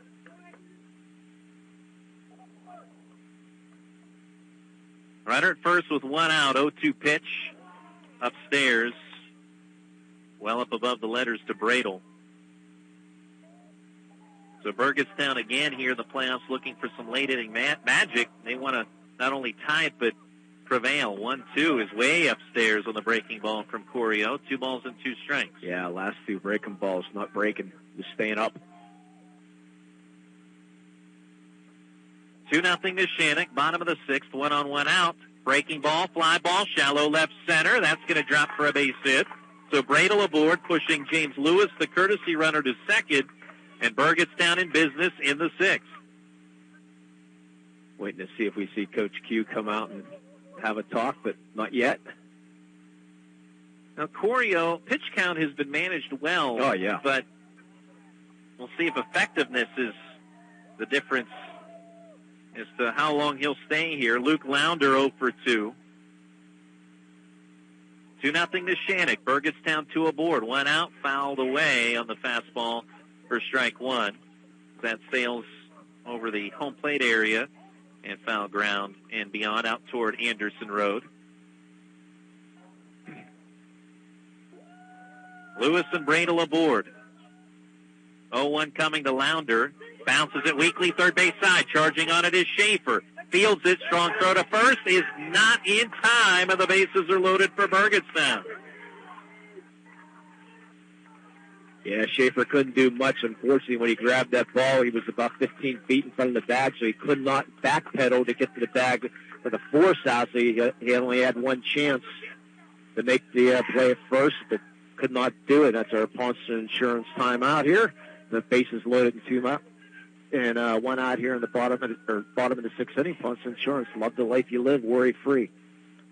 So Coach John Calero out to talk with his pitcher and entire infield. Coach Calero in the Lawrence County Hall of Fame, played baseball and basketball at Newcastle, career 400 hitter, also a 4-year starter at second base at Clarion University, so he played in the PSAC, as did Burgettstown head coach Doug Tuno for Cal U, although different era between the two. Couple years. Burgettstown now with the bases loaded and 1 out, trailing 2-0 in the bottom of the sixth.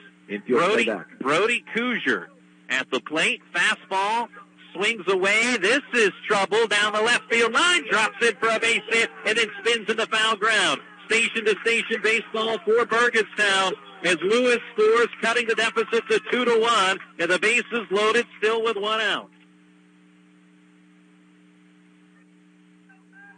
Well, now they're equal with the Q hits that time. Just Q down the left field line. That ball took a tricky hop, and it felt just fair. It was very similar, in fact, in the way that it was hit as to the 2-run double by Neshannock's Luke Gleese in the second inning. We're going to have a runner for Burgettstown. So out to third base is Riley Kennedy, sophomore. That'll be a pinch runner. And, yeah, he is a pinch runner for the first baseman, Andrew Bradle. So the infield will come in now for Neshannock with the 2-1 game here in the bottom of the sixth inning.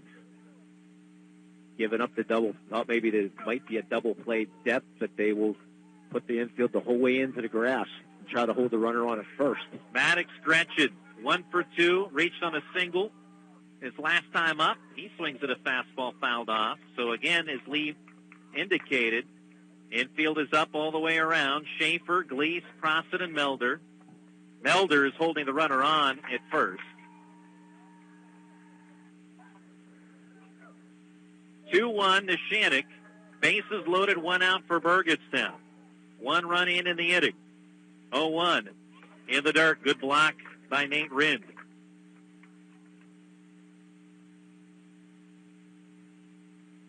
Pressure packed. Class 2A semifinal. Bottom of the 6th. Burgettstown down by a run. 1-1. Fastball pops our way and will drift out of play. Neshannock grabbed a 2-0 lead in the top of the second on a 2-run double by Luke Gleese. As we said, that one blooped down the left field line. And the bloop RBI single by Brody Kuzier in this 6th for Burgettstown was similarly hit. A different circumstance in terms of the amount of outs in the inning, who was running on contact, things of that nature as to why that was a 1-run single as opposed to the 2-run double that occurred in the second inning. Because obviously with 2 outs, runners off on contact, and they were hustling all the way around. 2-1 score to Neshannock. Again, infield up, 1 out. Swing and a miss on the high heater. Going back to old reliable Sebastian Corio, fans his 8th of the game, 2 outs. Got him to chase. Pitch way out of the strike zone. Not catching up to that fastball. Big fastball. Infield will move back. Neshannock will try to get out of this inning now. Sam Elish, he is struck out swinging twice today. Bases loaded, 2 outs. Strike at the knees. Kennedy, the pinch runner at third. Lounder at second. Brody Kuzier at first base. He had the RBI single in this frame. 2-1 lead Neshannock in the bottom of the 6th. 0-1 pitch, swing and a miss.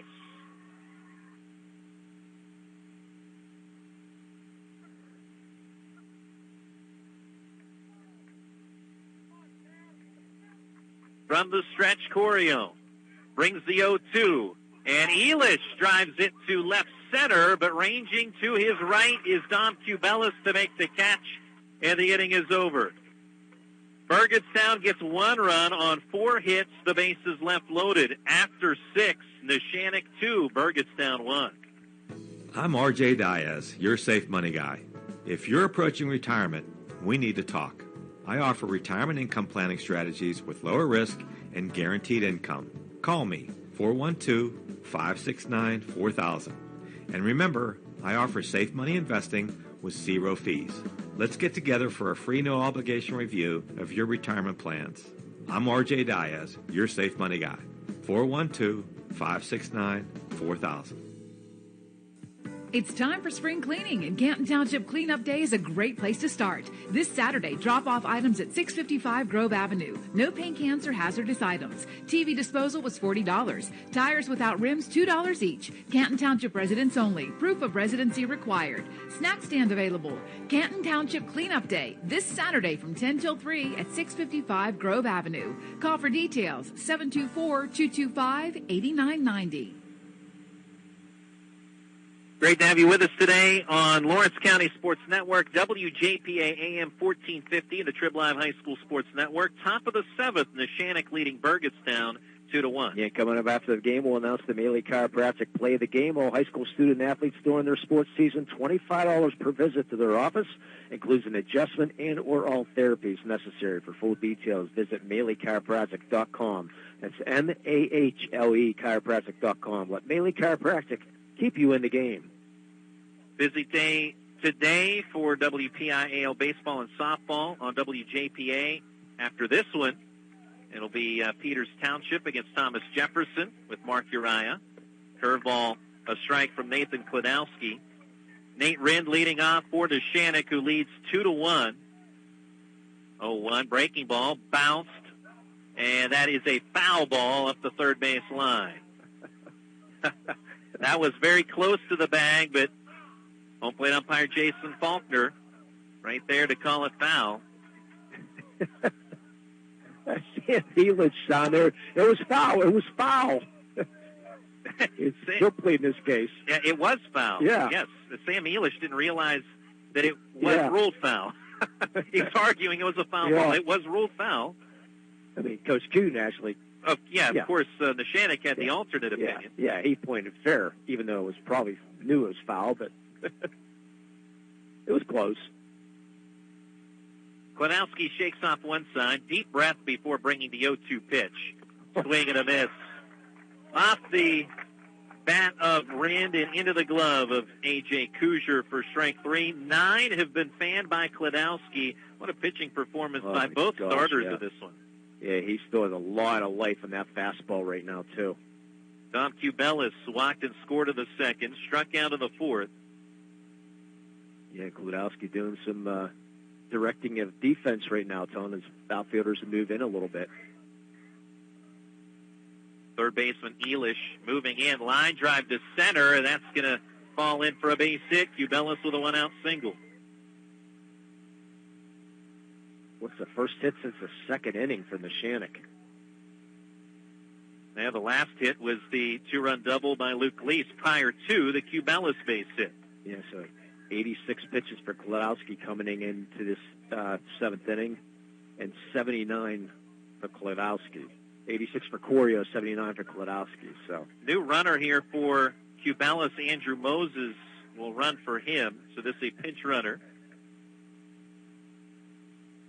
He's the speedster. A good time to put him on right now in the seventh, trying to look for that insurance run. That really speaks to the speed of Moses when you take out your center fielder for the pinch runner. Because typically your center fielder is going to be pretty fast, right? So Moses, even faster. They check on him, do the Burgettstown Blue Devils and Nathan Kwiatkowski.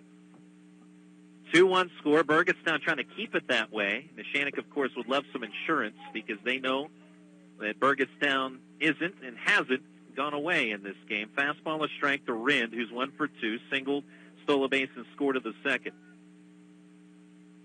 0-1, runner goes, check swing, and the ball juggled by Kujar. That took away any chance to throw out Moses at second, so stolen base for him. And now in scoring position. Also, Grant Melder warming up in that bullpen down in for Neshannock, too, for the seventh inning. So it could be Walter, it could be Melder. Or it could be Corio. Corner infielders pinching, in particular first baseman Bradel, as Kwiatkowski steps off the rubber to look the runner back to second. 2-1 Neshannock. 2 runs in the second for the Lancers. Burgettstown getting 1 run in the bottom of the sixth. Here's a slow ground ball to short. Charging in, LaRocca fields it, throw to first, pulls the first baseman Bradel off the bag. He tried to stretch, but could not stay on first. E6 puts Rind aboard, and Moses had to stay at second on where that ground ball was hit. But nonetheless, 2 on now for Neshannock. Yeah, and I think we're going to get another pinch runner here.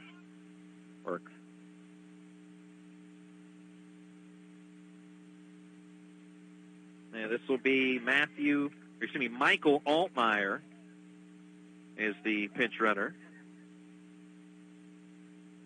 So he'll run for Rind.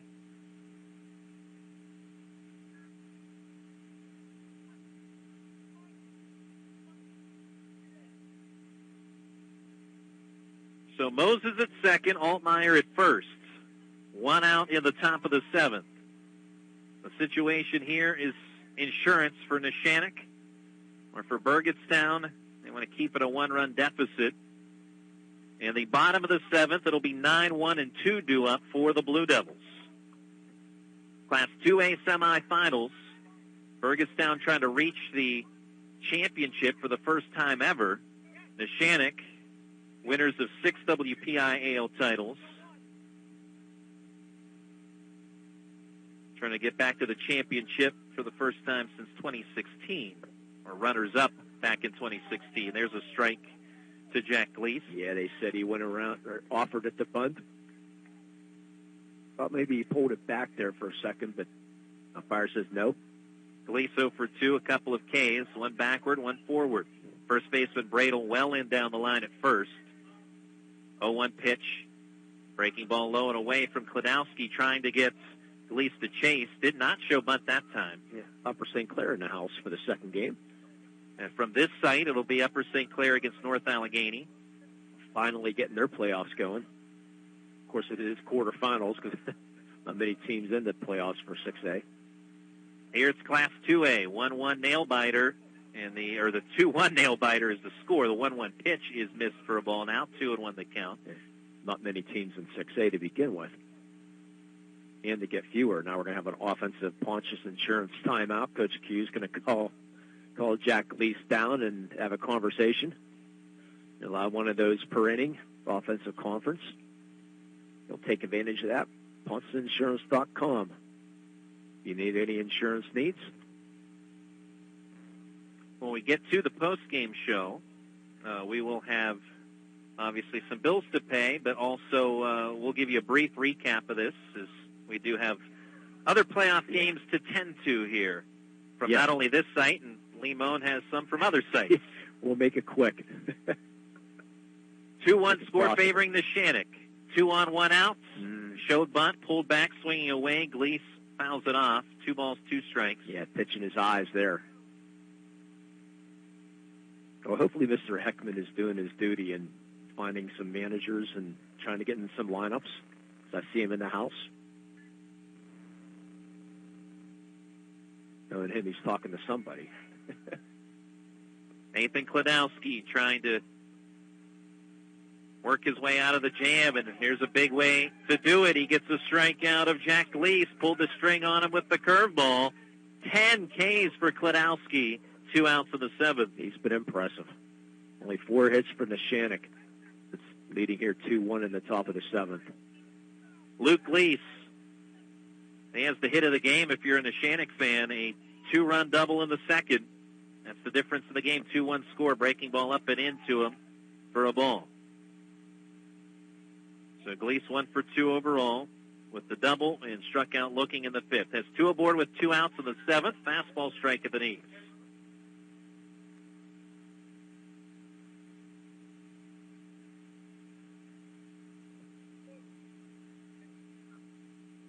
One in the dirt. Good block by A.J. Kuzier.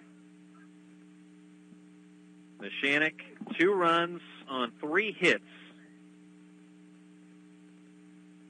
Burgettstown 1 run on 8 hits.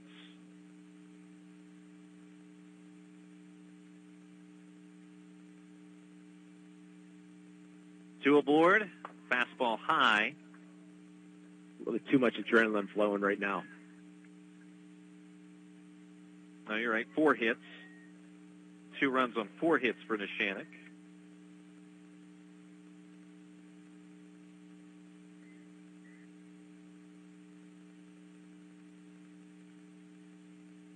And the 3-1. Breaking ball is low. Ball 4. Bases are loaded now for the Lancers.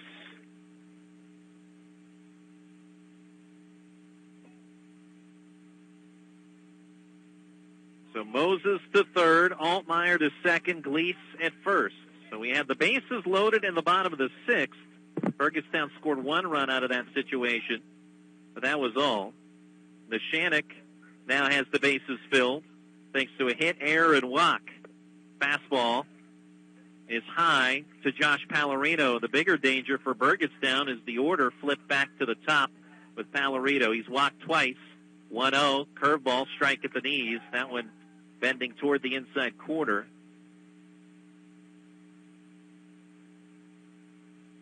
2-1 Neshannock in the 7th. Bases filled for the Lancers.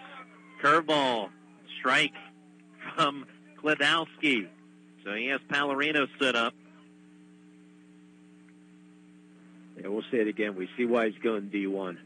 Now the St. Bonaventure commit, Nathan Klodowski, trying to work out of the bases loaded jam. Fastball way high. Brought down by A.J. Kuzier.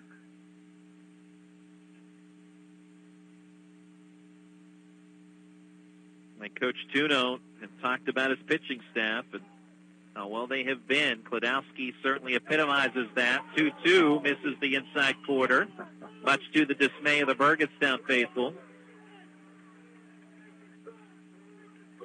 And the count is full. So with 2 outs of the bases loaded, the carousel will be moving here on this 3-2 pitch. 2-1 to Neshannock in the top of the 7th. Kladowski's pitch. Called strike 3, inning over.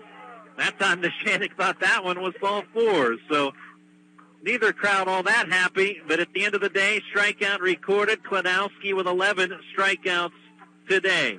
A base hit, an error, a walk, bases left loaded for the Lancers. We head to the bottom of the 7th. Last chance for the Blue Devils in the 2A semifinals. It's Neshannock 2, Burgettstown 1. Slovenian Savings and Loan was organized in 1925 to help local immigrants who couldn't get loans, and they built strong relationships in the community. Those same traditional values are still at the heart of what Slovenian Savings and Loan does today, while offering the latest services like their new mobile banking app to fit your busy lifestyle, and great rates on checking accounts without all the fine print. Slovenian Savings and Loan on Boone Avenue in Strabane. Learn more at sloveniansavingandloan.com. Sexual violence doesn't discriminate by race, gender, orientation, or identity, and neither do we. We see you, we believe you, we are here for you. The Care Center STARS program offers discreet, free, and confidential counseling and advocacy services for all survivors of sexual violence. Contact the STARS program at 724-229-5007 for assistance. That's 724-229-5007. Sebastian Corio stays in the game, the starting pitcher for Neshannock. In the bottom of the 7th, Lancers lead 2-1 over Burgettstown, and a fly ball to left, base hit for Jackson LaRocca, and a leadoff single for the Blue Devils. The bullpen had been up for Neshannock for quite a while, so they're loose. Yeah, there's 2 different arms that should be loose and ready for the Lancers if need be. And so remember, Corio can go 19 pitches here in this inning, or to continue. He came in with 86 pitches to start the 7th inning. 2-1 Neshannock, bottom of the 7th. Nathan Kladowski takes the strike, so similar to what we had at the top of the 7th. Now, in the bottom of the 7th, flip the order back to the top. Kladowski 1 for 3, singled in the first. Runner at first, nobody out. Kladowski, sharp single through the right side of the infield for a base hit. And headed to third is LaRocca, and he will get there standing. Runners at the corners for the Blue Devils, trailing 2-1 in the 7th with nobody out. Yeah, and that's going to get Coach Q and a Ponce's Insurance timeout. Let's see if he's going to stick with Corio, but it looks like I think Melder or Walter is going to come in and try to close this game out. It's going to be Walter.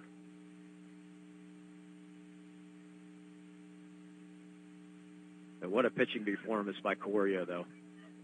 So Corio goes 6+ in this contest, and he strikes out 8. And he is in some trouble at the moment, as he'll have to rely on his friends in the bullpen to work out of this jam. Actually, it's going to be Melder on the mound, excuse me. So Grant Melder, 6-foot junior, will be the new pitcher, and we'll get a new first baseman as a result.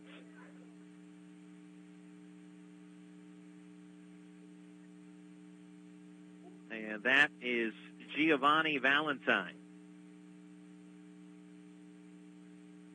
So Valentine, again, your new first baseman.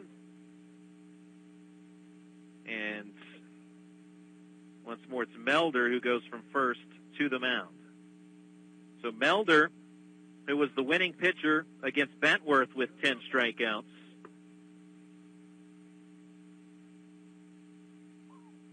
He will be thrust into a pressure situation of the WPIAL Class AA semifinals. Neshannock took the early lead in the second, 2-run double by Luke Lease that scored Dom Cubelis and Jake Rind. It stayed 2-0 until the bottom of the 6th. The bases loaded RBI single by Brody Kuzier, cutting the deficit for Burgettstown to 2-1.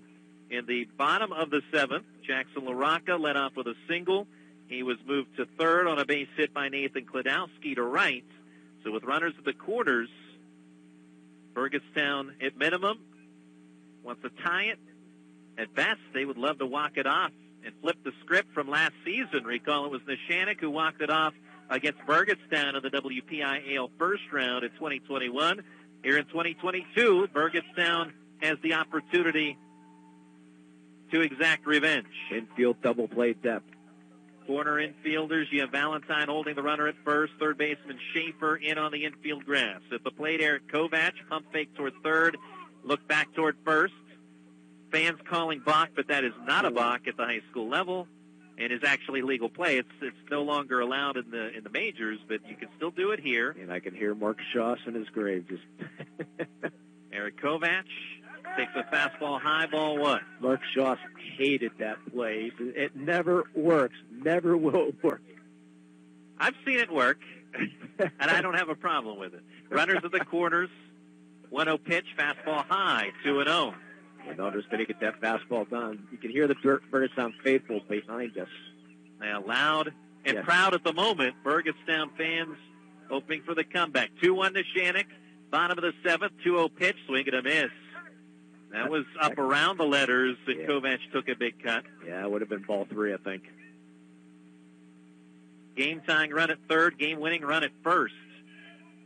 With nobody out, 2-1 fastball grooved in for a strike, and Kovac knew it as he winces not because he's in pain, but disappointed he didn't take a cut after that good fastball. 2 balls, 2 strikes. Fastball up and in, ball 3. LaRocca at third, Kladowski at first. 2-1 to Neshannock in front at the bottom of the seventh. High pressure, high stakes for the WPIAL playoffs. 3-2, swing and a miss. So Melder comes in and he strikes out Kovac. 1 out, and a huge out because it keeps LaRocca at third. No chance for a sac fly or RBI ground out, perhaps. Yeah, Melder just throwing fastballs there. Here, hit it. Now remember, he had 10 strikeouts and 4+ innings against Bentworth, 4 2/3. Fastball up and in to A.J. Kuzier, who singled in the 6th inning, and his courtesy runner came around to score in that frame for Burgettstown's only run. That was James Lewis. 1-0 fastball, lays off. It's 2-0. Yeah, Melder's been missing high. Even those strikes that were swung at were high. Yeah, a couple of times Kovac did him a favor in the last at bat. Runners at the corners, 1 out, 2-0, fouled off to the top of the screen behind home plate. Well, again, there's no, you know what he's going to throw. It's going to be fastball. He's not showing anything else right now. Heat and more heat so far. Kuzier on the 2-1. Foul ball again. Neshannock 2, Burgettstown 1 with 1 out in the bottom of the 7th. After back-to-back singles, put runners at the corners to open the inning.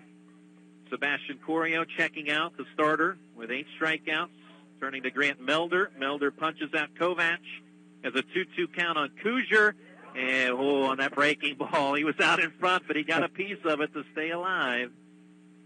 Good time to show the breaking ball there. Boy, he put it in a nice spot, too, right around the knees or a little bit lower. Good job getting a piece of it was Kuzier. He timed that up enough to stay alive. 2-2, high fly ball hooking down the left field line, and this will get, foul out of play on top of the batting cage here at Matulovic Field. Yeah, that's one of those, hopefully Luke Leese, if he even stays in play, let it drop because that timed run would maybe come in. That's possibly strategy there, but don't have to worry about it now. 2-1 to Neshannock, bottom of the 7th. And now time granted to A.J. Kuzier. Yeah, he called time about 2 or 3 times, finally got the umpire's attention.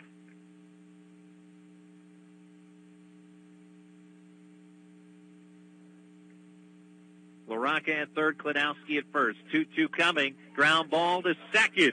Fielded by Prosson. Throw to second out there on the first. Safe. And Burgettstown has tied it. Fielder's choice RBI ground ball by A.J. Kuzier with a head-first dive to first base.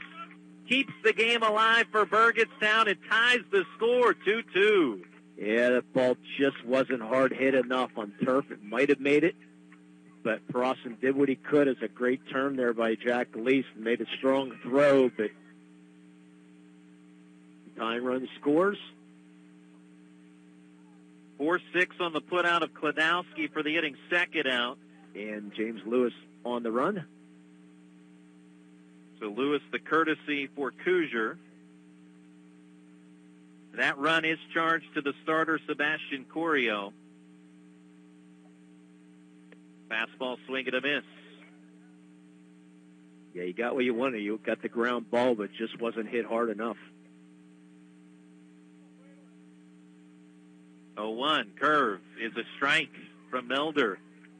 One of the few curveballs he's thrown in this outing. In relief, he entered with runners at the corners and nobody out. Struck out the first man, but a ground ball put in play does drive in a run. 0-2 is low and away. 1-2 strikes on Bradle. So Cougars' Fielder's Choice RBI has tied it in the seventh, 2-2.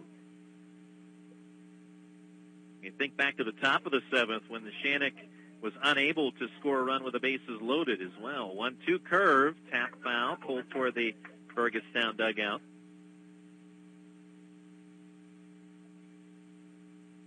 What do you have on pitch count for Kladowski?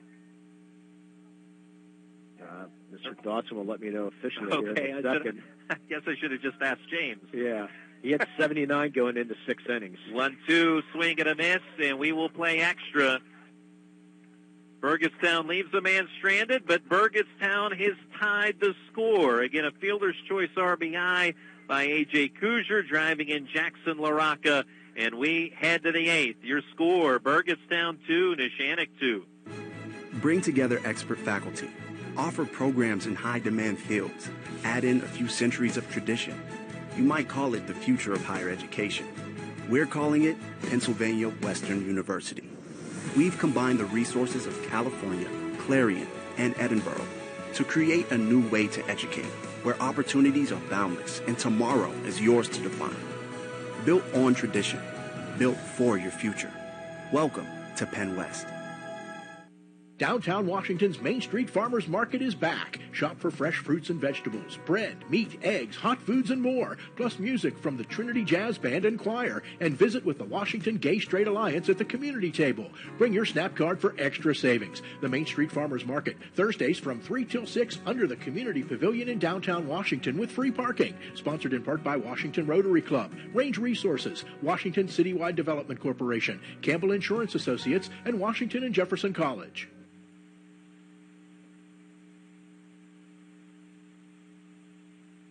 Tie score 2-2 as Burgettstown comes back to tie it in the bottom of the seventh. As A.J. Cougar, Fielder's Choice RBI, scores Jackson LaRocca. Again, as we noted, the run that scored belonged to Sebastian Corio. And had A.J. Cougar come in to score, he would have also belonged to Corio, but that is moot because he didn't. And the score remains 2-2.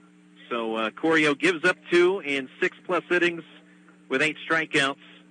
And out to the 8th inning we go. And Nathan Kladowski at 102 pitches. So he's got 1 batter here for this 8th. And maybe 2, depending on how what Rawson done. He struck out 3 times. So if he goes on 3 pitches this time, it will be Kladowski's last batter. But you can go past 105. As long as you continue with the same batter. They give you 5 extra pitches during the playoffs. It's 100. He'd be out of the game now if it was a regular season, but you're allowed those 3 extra pitches. Or, 5 extra pitches.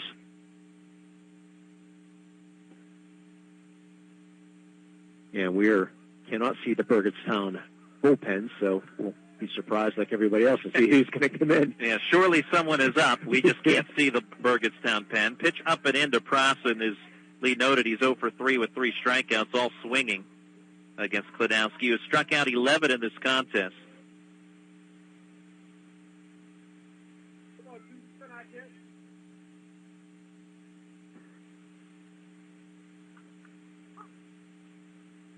One-0 from Kladowski. That will stay above the letters for ball 2.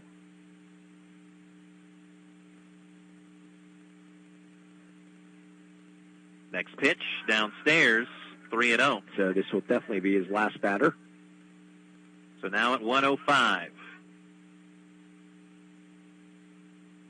Boy, you're going to hear this place go nuts when he comes off the mound. Well-deserved, too. That's a great game.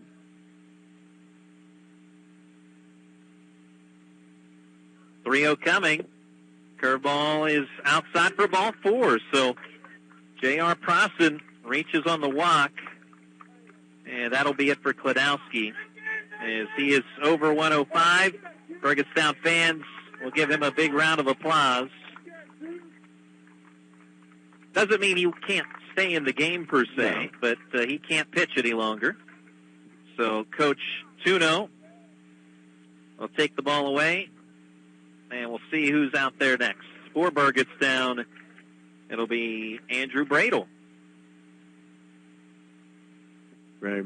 Remind everybody after the game, you can call ahead and reserve your seat at the Crane Room just up the road on Wilmington Road in Neshannock. You can place an order for takeout, curbside pickup, dinner, homemade desserts, even a crawler to go. You can call and place your order 724-656-1553 or visit craneroom.com to see their full menu. And after our game, we'll have our Tri-County Principals post-game show. We'll break down today's contest, give a final look at the scoring recap, and give out our Player of the Game and Play of the Game awards. It's after the game, our Tri-County Principals post-game show here in the Lawrence County SportsNet, powered by LCAP and WJPA. Now, Brody Kuzier goes from left to first base, so we're going to have and Kladowski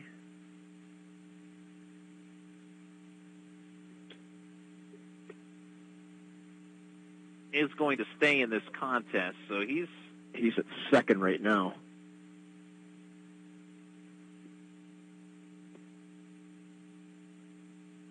See where Luke Launder may be headed to the outfield. The three outfielders, of course, are all hunched over, chatting with each other, and so we'll get you that. But Brody Kuzier goes from left to first base. Kladowski from the pitcher's mound to second. And I'll come up with something for you.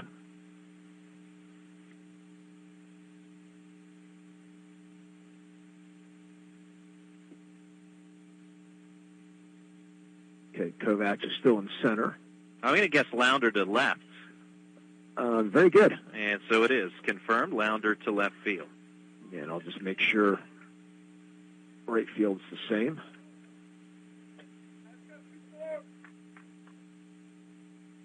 So there you go. Bradle from first to the mound. Kuzier from left to first. Kladowski from pitcher to second. Launder from second to left. Those are your defensive changes for Burgettstown. And now it's Andrew Bradle, who will pitch with a runner on at first and nobody out. So that runner at first does belong to Kladowski. If he comes in to score, Kladowski would be on the hook. So it's not completely up to the bullpens just yet, so to speak. Bradle, a lefty, fires in ball one in the dirt to Colton Schaefer, who's 1 for 3. Single in the first, flown out to right in the third and sixth innings. Well, Coach Tuno said he had a great pitching staff, and he has 3 lefties, which is he was very confident in. Next one, a strike.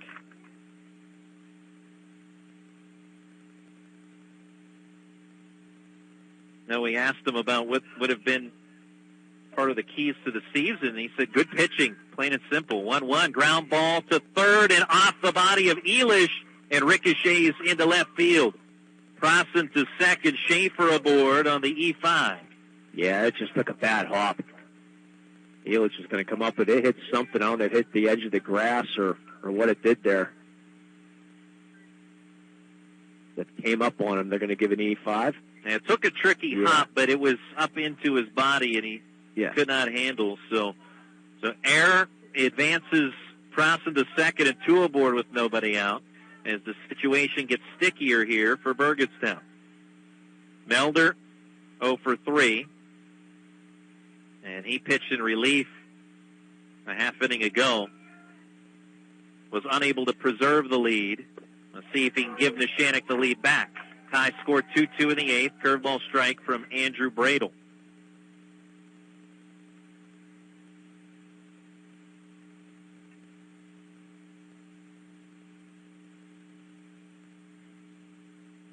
Crossan and Schaefer aboard, nobody out. 0-1 is slowing in toward the feet of Melder.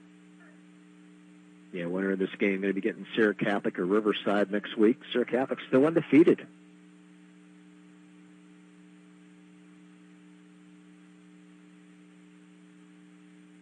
One pitch. That one misses. 2 balls and a strike. Now Sierra Catholic will take on 5th-seeded Riverside at 6:30 tonight at Plum. All turf there. Natural surface here at Matulovic Field. With 2 aboard, 2-1 pitch, bounced to short, fielded by LaRocca, flips to second out there on the first. Double play. Runner at third, Crossan, but 2 outs of the inning for Neshannock. A 6-4-3 twin killing turn by the Blue Devils defense. Yeah, Taylor made there. Easy double play. And that's the difference. And you go back to the ground ball, Lee, and you noted it in the 7th inning, bottom of the 7th, the ground ball hit by Kuzier, that it was not hit hard enough to turn 2. This time, this ground ball is. They're going to intentionally walk Nate Rind. And I think we're going to get our courtesy runner for Nate. Now, Rind is the catcher, that being Nate Rind. So digging or sifting through the massive humanity there near the dugout. Coach Calero will send out his new runner. This, again, is a courtesy runner for Nate Rind. And it is DeAndre Alberico. Sophomore.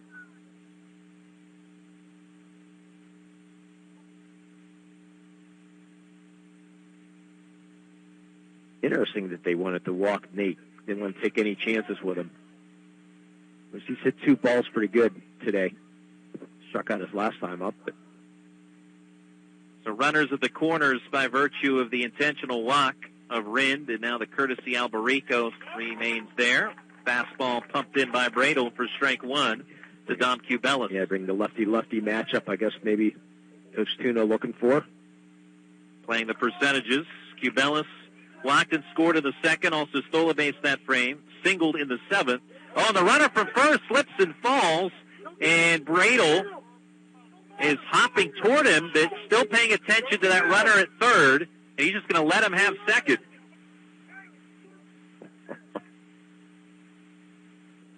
Wow. Alberico just fell down flat in his stomach, got up, and then didn't want to make a mistake.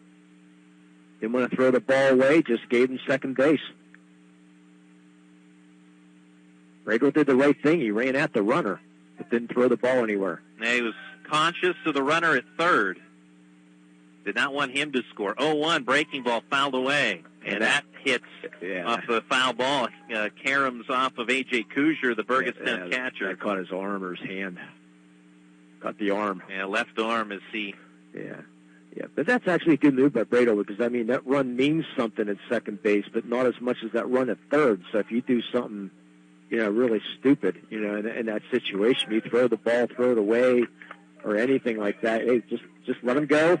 You got 2 outs. I mean, the batter's the most important thing right now. And he has an 0-2 count on him now, Dom Cubelis. 2 in scoring position, 2-2 game, 2 outs in the 8th. 0-2, fastball called, strike 3 looking, and the inning is over. So a walk, an error, an intentional walk, and 2 left stranded, as well as a double play in the inning. And Andrew Bradle able to work his way out of that jam, and no runs across for Neshannock. We head to the bottom of the 8th. It's Neshannock 2, Burgettstown 2. I'm RJ Diaz, your safe money guy. If you're approaching retirement, we need to talk. I offer retirement income planning strategies with lower risk and guaranteed income. Call me, 412-569-4000. And remember, I offer safe money investing with 0 fees. Let's get together for a free no-obligation review of your retirement plans. I'm RJ Diaz, your safe money guy. 412-569-4000. The Bottle Countdown takes you back in time. This is Terry Hazlett, and every Sunday at noon we highlight a week from the golden age of Top 40 radio, followed by Cruisin' Sunday from 2 to 6. And this is Gee Whiz George, host of Cruisin' Sunday night. Starting at 6, I bring back forgotten classics, local favorites, and the parking edition at 11.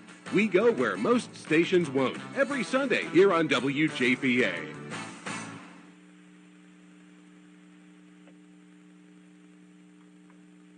Bottom of the 8th at Matulovic Field. We're tied 2-2 between Neshannock and Burgettstown in the Class AA semifinals. Neshannock scored 2 runs in the second. Burgettstown single runs in the 6th and 7th innings. In the 7th, a fielder's choice RBI by A.J. Kuzier tied the score. Luke Lounder leads off the bottom of the 8th against Grant Melder, swinging a miss on the heater for strike 1. We saw mostly fastballs from Melder in the 7th inning.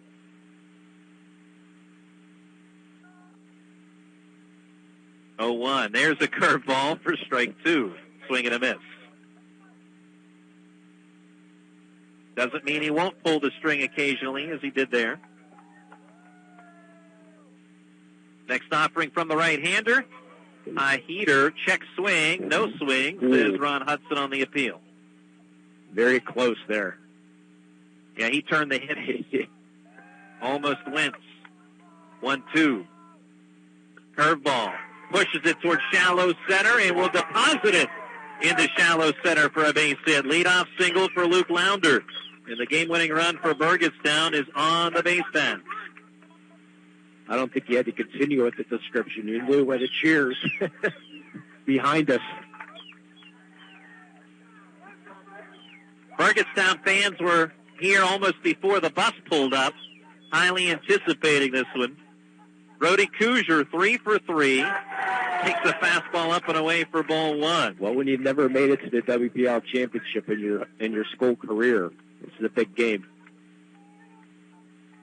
1-0, curveball is a strike on the outer edge. Kuzier's base hit of the 6th was good to drive in a run. So again, 3 for 3 today. All of those at-bats were against the starter, Sebastian Corio. 1-1, fastball, waved at and missed for strike 2. Took a home run swing, but Melder makes sure that that swing comes up empty. Still another strike to work with. 1-2 from the stretch, fastball pumped in for strike 3. Melder strikes out Kuzier for the inning's first down. 3 strikeouts for Melder in relief. Yeah, catching that outside corner. Umpire's been pretty consistent on that corner all day long. Maddox Gratchen has reached twice, 1 for 3, singled in the 5th. Fastball way high to the right-handed hitting Gratchen for ball 1. Be curious if Burgettstown decides to get Lounder in motion here in this bottom of the 8th. We have time over at first. Yeah, they're going to give the bench a heads-up warning over there from Burgettstown. So Ron Hudson heard something he didn't like. And plus the batters are coming out onto the field to swing and warm up, which there is a place to warm up. So there's no need for one to be on the field. From the stretch, Melder's pitch, fastball high again above the letters, 2-0. Inning started with a Lounder single. He remains at first. Melder struck out Kuzier, that being Brody Kuzier, for the inning's first out. Now 2-0. This one strike at the letters to Gratchen. Neshannock 2, Burgettstown 2 in the bottom of the 8th. Next pitch, hits him. He plunged Gratchen, and now 2 on for Burgettstown. Lounder pushed to second on that hit by pitch to Gratchen. Gratchen's presence on the bases doesn't mean a whole lot right now, with the exception of it representing a force out for Neshannock somewhere along the line, as we have a meeting on the mound. Yeah, timeout brought to you by Pawnson Insurance. It's like the teams go to the sideline to listen to their coach and discuss their needs. What you get at Pawnson Insurance, they put their attention to things you own, so you can devote your attention to the ones you love. Visit them online, PawnsonInsurance.com. Pawnson Insurance. Love the life you live, worry-free. Well, and in part, the reason when we say Gratchen's presence doesn't matter a whole lot, that's because This is a walk-off situation for Burgettstown. If Lounder scores, game over. And Neshannock is conscious, though, of Gratchen at first in case of force out. At second comes into play. Sam Elish to bat. He's 0 for 3, struck out swinging in the second and fifth innings. Hit a fly ball, well struck to center in the sixth, but it was caught by Don Cubelis. And before that strikeout, he hit a ball fairly well, too. Before that, he was able to put back into play. There's a strike at the knees to Sam Elish. On deck is Jackson LaRocca. 1 out in the bottom of the 8th. 2 aboard. Tie game. 2-2. Neshannock and Burgettstown swing and a miss on the 0-1 offering. Elish behind 0-2. Yeah, biggest at bat of this young man's career. Elish, a freshman, 6'2", third baseman for the Blue Devils. And the 0-2, swing and a miss. Chase the pitch down out of the zone for strike 3. 4 Ks for Melder. 2 outs in the 8th. Burgettstown 2, Neshannock 2. And Jackson LaRocca does a little bit of everything. Football, basketball. At Burgettstown, quarterback. Chance to win it here for Burgettstown now. A great athlete, leading scorer on the basketball team, averaging 12.2 points per game. Trying to become the hero right here in this playoff contest. Swing and a miss, though, for strike 1. And LaRocca just recently played in the Roundball Classic at Geneva last week. And has scored plenty of touchdowns on the gridiron as the team's quarterback. Bats here with 2 on, 2 outs, 2-2 score in the 8th, fastball high. Melder has struck out 4. That fastball has missed up, though, quite a bit. Yes. 1-1. That time in the zone with the heater, and LaRocca could not catch up to it. Waves and misses. Yeah, when he's missed up. Lounder and Gratchen aboard, 2 outs, tie game, 2-2 in the bottom of the 8th. Pitch from Melder, is it called? Strike 3 looking. So Melder strikes out 3, and the side is retired in the 8th. We move on to the 9th inning here from Matulovic Field at Shaler. Your score, Burgettstown 2, Neshannock 2. Slovenian Savings and Loan gives you the best of both worlds. When you bank with Slovenian Savings and Loan, you get the most up-to-date conveniences, including their new mobile banking app, so you can bank anywhere, anytime, and checking accounts with great rates without all the fine print. Combine that with traditional values and the ability to build personal customer relationships. It's everything you want from your bank. Slovenian Savings and Loan on Boone Avenue in Strabane. Learn more at SlovenianSavingsandLoan.com. Get the vax and the boost. Let's tell COVID to the moose. Now in a crowd, wear a mask. It's not really much to ask. Feeling sick, take the test. Protecting others is the best.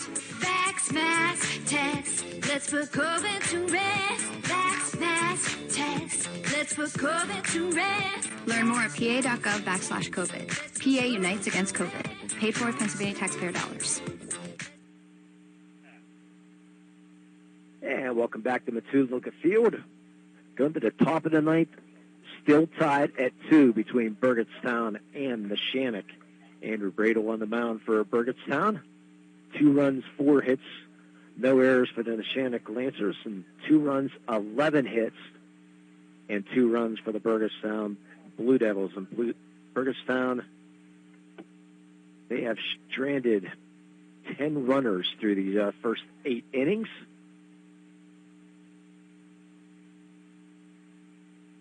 Jake Wren will step in. 79 hitters for the Neshannock Lancers here in this top of the 9th inning.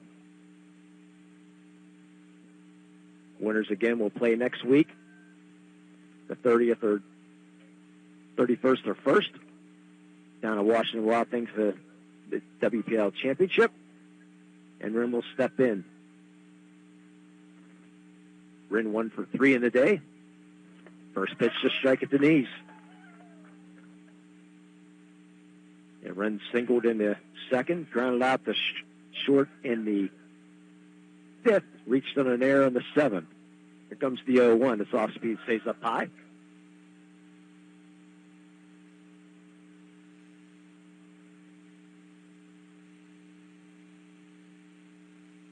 Comes the 1-1. Swinging and miss, strike two. And Chris Lackner, if you're listening, which I'm sure you are, back at the studios, NA and Upper St. Clair will be late. The count goes to 1-2. And here comes the pitch. Fly ball goes out of play. And I'll jump back in. Thank you, Lee Moan, for pinch hitting for me there for a moment. Not a problem. You might be pinch hitting for me for a while. Here pretty soon. Lee Moan will have to head off for another playoff broadcast in a little bit. So this is game one of a doubleheader for Lee Moan, but game two is at another location. In another sport. 1-2. Breaking ball is outside. 2 balls and 2 strikes. Yeah, we get to see a good volleyball team at North Allegheny. They'll be taking on Penn Trafford, so that's where Lee Moan will be headed next. The Battle of Brothers.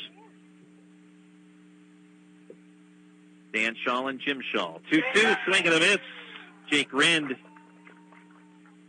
down on strikes for the Innings first down here in the top of the ninth. Second strikeout in relief for Andrew Bradle. Yeah, we were rolling right along here through the first 5 or 6 innings, and then all of a sudden it runners and everything else. Our producer, Bill Chapo, he started talking about how fast the game was going. And so, you know, yeah. Big thank you to Bill Chapo in our downtown Washington studios. Thanks to all involved today, Lawrence County Sports Network, TribLive High School Sports Network, and, of course, 1450 AM WJPA in Washington with the broadcasts, if you will, today of this game at Matulavic Field. Count 0-1 on Jack Gleese. He struck out swinging 3 times. Or, excuse me, struck out 3 times, twice swinging, once looking. Yeah, great teamwork between the 3 networks.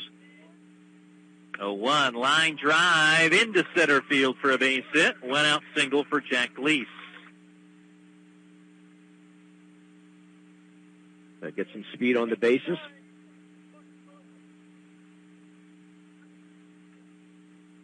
So tied up 2-2. It was 2-0 to start in the second inning on a 2-run double by Luke Gleese. Burgettstown tied it with single runs in the 6th and 7th innings. And here is Luke Gleese. See how Coach Q plays this. As his brother at first, showing bunt, pulling back, pitch up and away. Andrew Bradle. Yeah, Luke, a very, very good bunters, but a couple successful suicide squeeze down during the season.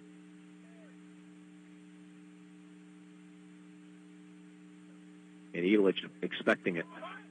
1-0, bunt laid down. Sam Elish charging on it. Field's throw is off target, pulls the first baseman Crozier off the bag, and runners at first and second.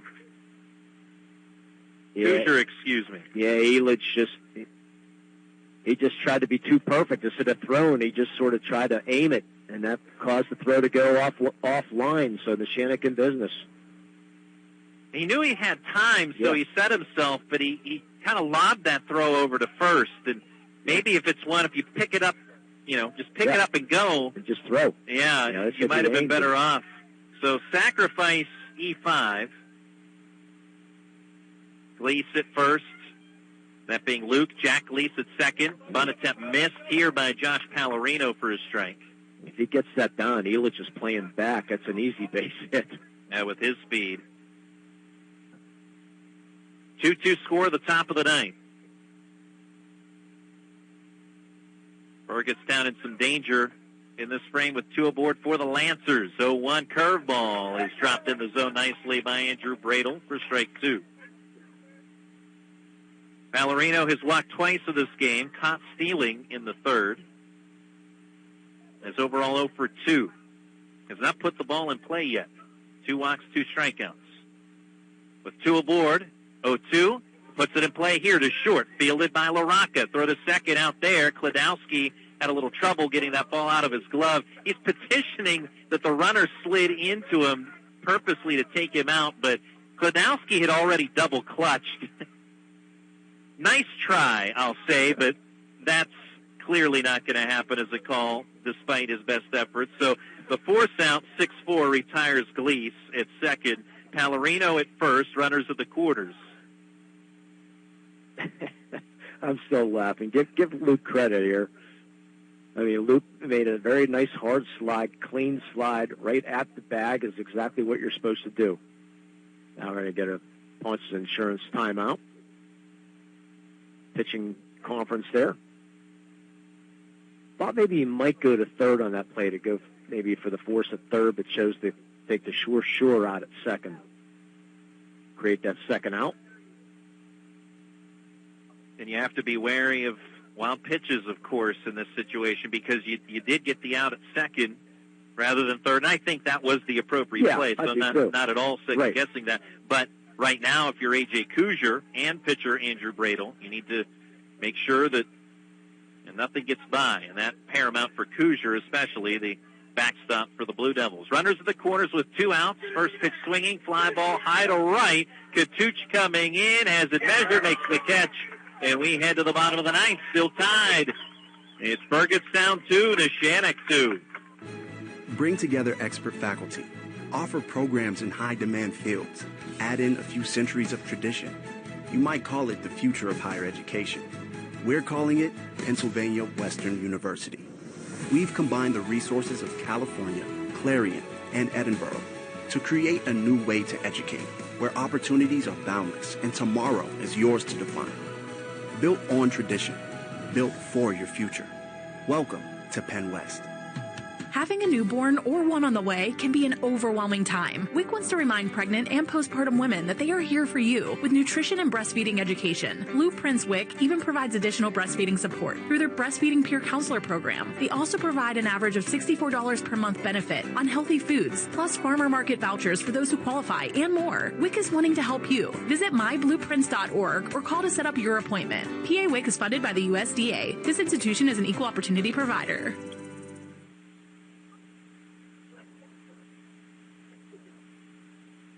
Bottom of the ninth, top of the order due up for Burgettstown in a tie game, 2-2, as we have played extra in this one today in the Class AA semifinals. Immediately following this game, you can check out the Peters Township Thomas Jefferson game in Class 5A. That's another semifinal, as Mark Uriah will have the call of that one. So once we go final, and again, more than ever, the urgency for a quick postgame show will be happening once we do get to a stage of a final score being turned in. But we'll be quick in the postgame, and we'll immediately turn it over to Mark Uriah on WJPA AM. And, of course, Lawrence County Sports Network has a bevy of games along with the TribLive High School Sports Network. So Mars at 5 o'clock and a couple others. Mr. Waltzer, again, warming up again for Neshannock, just in case. And Grant Melder starts the inning for the Lancers. So walk-off scenario for Burgettstown if they can get some runners aboard. Kladowski leads off, fastball below the knees, ball 1. Yeah, Kladowski is 2 for 4. And he's gone right field every time. 2 singles. Takes the fastball up and in. Very animated. A lot of energy does Mr. Kladowski. A vibrant personality, let's say it like that. 1-1. Another one that's high, 2 balls and a strike. Well, and smart by Kladowski. He's been paying attention to Melder, and when he's missed high. He's laid off that high stuff. Next pitch from Melder. That one grooved in for a strike. So 3-1 the counts. I think we had a miscalculation earlier. 3-1 the count right now in Kladowski. Leading off the ninth. And he pops this one up, foul ground, near the first base dugout, and into the Burgettstown dugout for strike 2. Didn't get out of play by much. No. Maybe a foot. Kladowski will take the long walk. He's signaling the dugout. He said, it just missed it. It just missed it.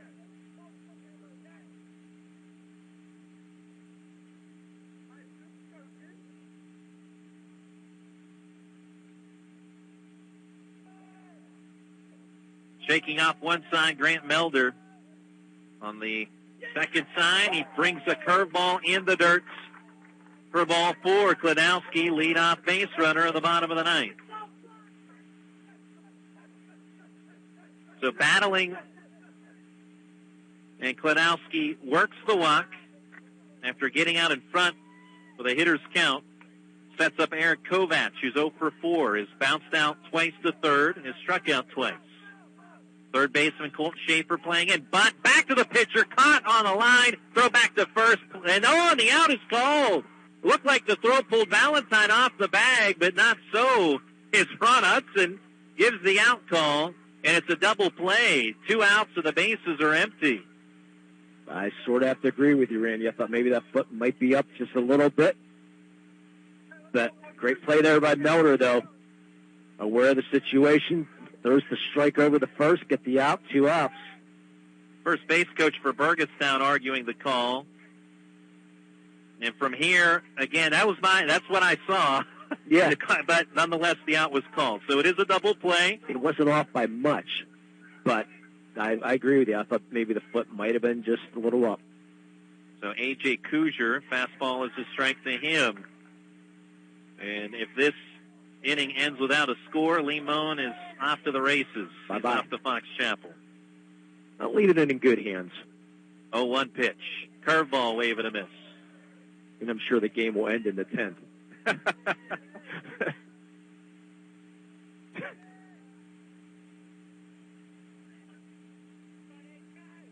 2-2 tie, bottom of the ninth. 0-2 pitch is high. I'm sure Randy will make good choices for our Maley Chiropractic play of the game and our LCAP player of the game. And I will make those choices quickly Very because we can get quickly. to Mark Uriah. Breaking ball in the dirt. 2 balls and 2 strikes. Well, if you don't read the whole read, that's fine. Okay, good to know. Yeah, I'm sure Mr. Dodson will not be upset. 2-2 pitch, check swing, it's high. We know Maley Chiropractic sponsors the play of the game and LCAP, the player of the game, and they each get a customized T-shirt. That's what we need to know. And you'll find that information on the website as well, right? You got it. lcsportsnet.com. Payoff pitch, called strike 3, hitting over. And we head to the 10th. Still tied, Neshannock 2, Burgettstown 2. Slovenian Savings and Loan was organized in 1925 to help local immigrants who couldn't get loans, and they built strong relationships in the community. Those same traditional values are still at the heart of what Slovenian Savings and Loan does today, while offering the latest services like their new mobile banking app to fit your busy lifestyle, and great rates on checking accounts without all the fine print. Slovenian Savings and Loan on Boone Avenue in Strabane. Learn more at SlovenianSavingsandLoan.com. Planning your ride on public transit has never been easier with the Freedom Transit mobile app. Access real-time bus information and plan your commute with the built-in trip planner. The Freedom Transit app also allows you to explore future bus times and purchase, manage, and redeem bus passes right on your phone. Create an account through the mobile app to connect bus passes on your phone to a Freedom Transit smart card for more convenience and flexibility. Learn more about the new Freedom Transit mobile app. Visit freedom-transit.org. Well, great to have you with us today. An exciting Class AA semifinal between Neshannock and Burgettstown, and we're still deadlocked 2-2. Burgettstown trailed most of the game 2-0, but scored single runs in the 6th and 7th to draw even, and we have been tied ever since. Both teams have had plenty of action on the bases in extra innings, but neither team has been able to bring across another run. In this top of the 10th, Andrew Bradle will continue on in relief for the Blue Devils. He checked in the 8th inning. A starter today for Burgettstown, Nathan Kladowski, struck out 11 batters. And he gets a no decision, as will Sebastian Corio, who went 6+ for Neshannock. He struck out 8. Neshannock, 2 runs on 5 hits, no errors. Burgettstown, 2 runs on 11 hits.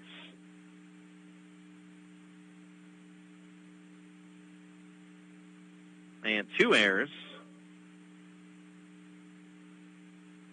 And 3 errors, my apologies. Knew I was missing one there. So 3 errors, a third of which came on the sac bunt by Luke Gleese in the 9th inning. So here we go to the 10th. And Colton Schaefer will start us off. He's reached twice today, singled in the 1st, reached on an error in the 8th. Offering from Bradle, beautiful curveball. Started off the plate, broke over the dish for strike 1. When he started this game under cloudy skies, that has remained.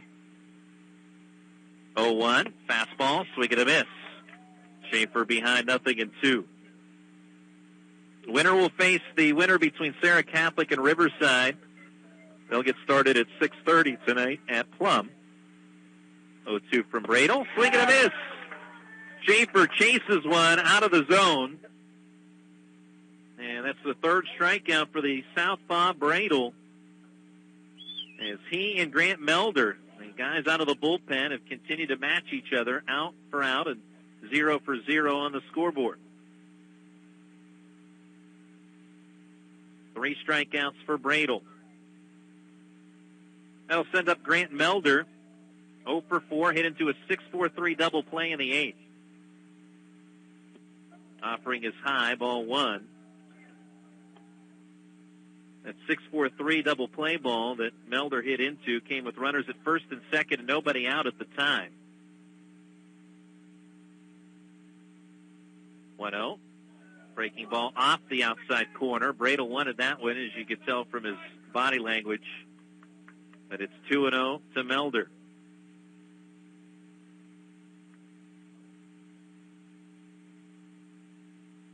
Is high.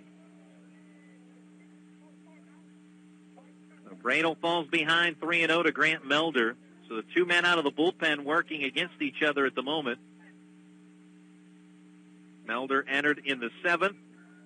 No runs on his line. Bradle, no runs on his line either. He entered in the 8th. 3-0 pitch. Called a strike on the inside corner. Taking all the way was Melder.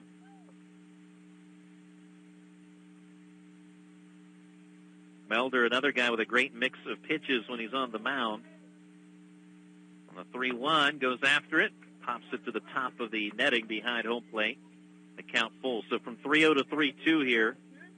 Bradle battling back against Grant Melder. Shortstop Jackson LaRocca playing up near the edge of the infield grass. Second baseman Klodowski back. Payoff pitch is low, ball 4. One out base runner for the Lancers.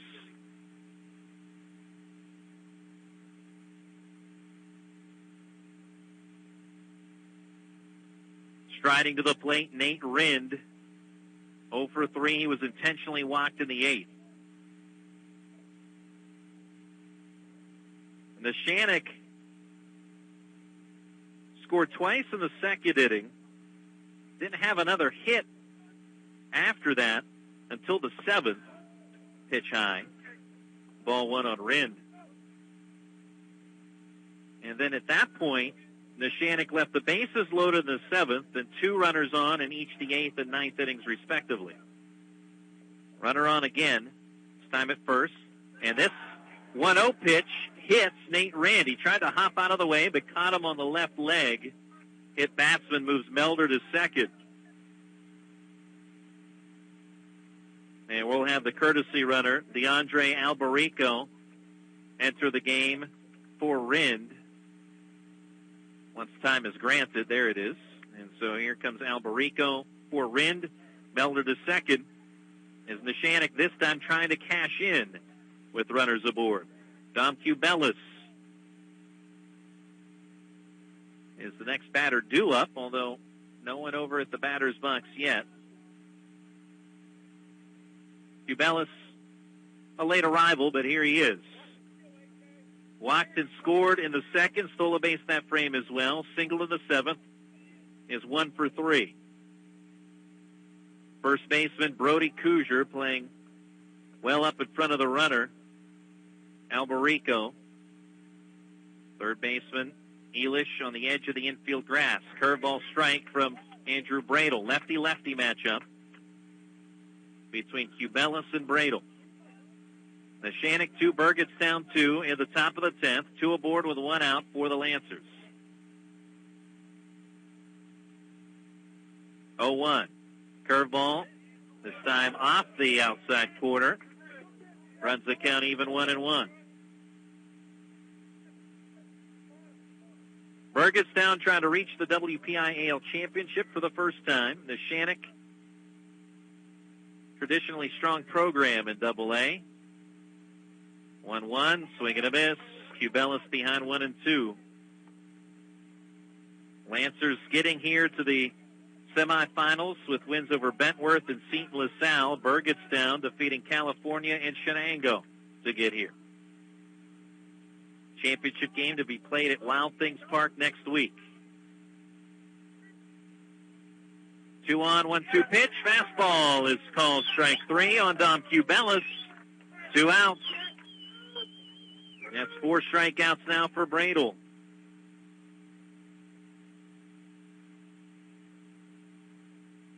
After a strikeout of Schaefer, Melder walked. Rind hit by a pitch to put 2 on.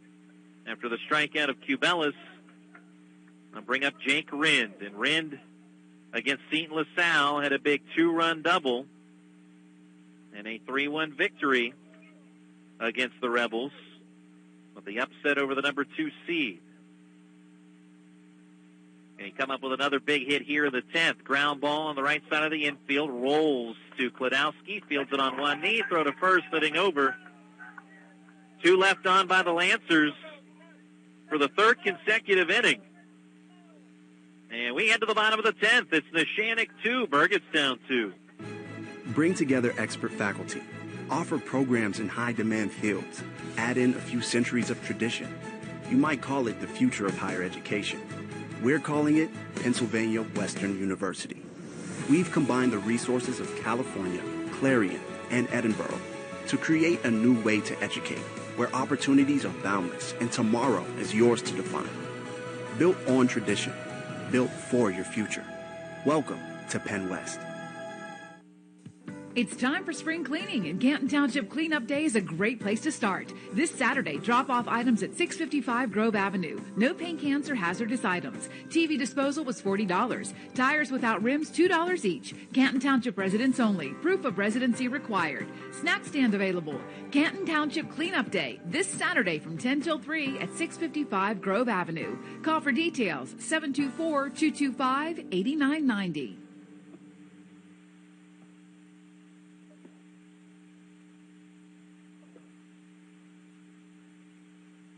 Bottom of the 10th at Matulovic Field, and we're still deadlocked 2-2 between Neshannock and Burgettstown. Burgettstown tied the score in the bottom of the 7th on a fielder's choice RBI ground ball by A.J. Kuzier, and we have been deadlocked ever since. Neshannock, since the 7th inning on, has left 9 runners on base. They did not leave a single runner on base up to that point. So the LOB category has accumulated for Neshannock without any runs crossing the base station. Burgettstown had only 2 hits through the first 4 innings and 4 hits through the first 5. Finally broke through against starter Sebastian Corio with a run in the 6th and then another in the 7th to tie it up. Andrew Bradle leads off the bottom of the 10th. He's 1 for 4, single in the 6th.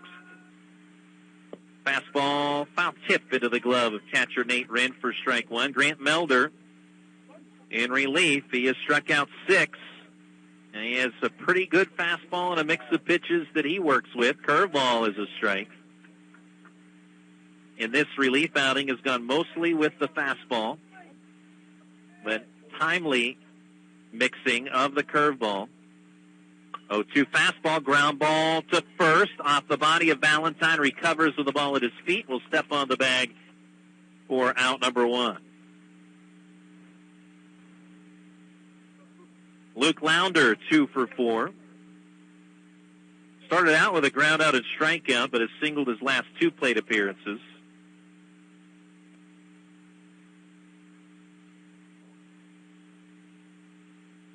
And foul ball off the catcher, or off the face mask of our home plate umpire, Jason Faulkner. They tried to check off on that swing was Lounder, and he kind of turned his hip, went down to one knee, and with the way the bat was angled, that ball elevated off the bat up into the face mask of Faulkner. And so Coach Calero checking on him, as well as his fellow umpire over at third, Mike Tucci. So he'll need actually both umpires coming down to check on Faulkner. He's got a smile on his face, so he seems to be okay for the most part. Again, it was the way that check swing happened. It angled that ball right up into the face mask of Faulkner. And that is a strike.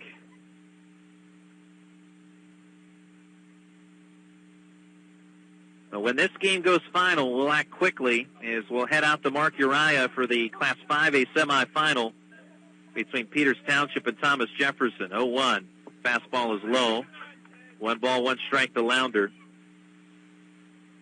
And we'll also hand out our Maley Chiropractic Play of the Game Award and LCAP Player of the Game Award. Lawrence County Sports Network at 1450 AM WJPA in Washington with the call of today's game. I'm Randy Gore. Lee Moan has spent most of the day with us, but he's off to another playoff broadcast.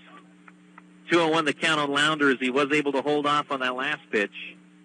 2-1 heater, fouled this time off the catcher's face mask, Nate Rind. There is a righty loosening for the Lancers, and that's Jacob Walzer again. You saw him warming up earlier on in this contest. 2-2 score, bottom of the 10th. 1 out, nobody on for Burgettstown. Lounder on the 2-2, swings and misses. 7 strikeouts in relief for Grant Melder, 2 away.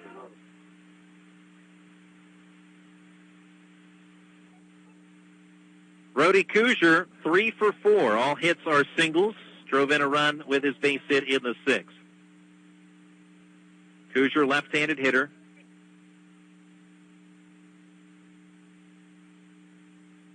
Fastball swing and a miss. Foul tip into the glove of catcher Nate Rind for strike 1.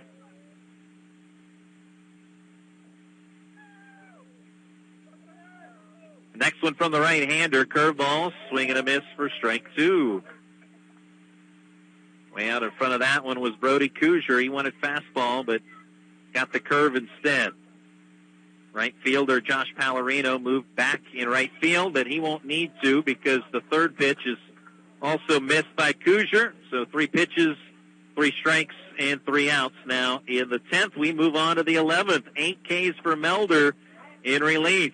After 10, it's Neshannock 2 and Burgettstown 2. I'm RJ Diaz, your safe money guy. If you're approaching retirement, we need to talk. I offer retirement income planning strategies with lower risk and guaranteed income. Call me, 412-569-4000. And remember, I offer safe money investing with 0 fees.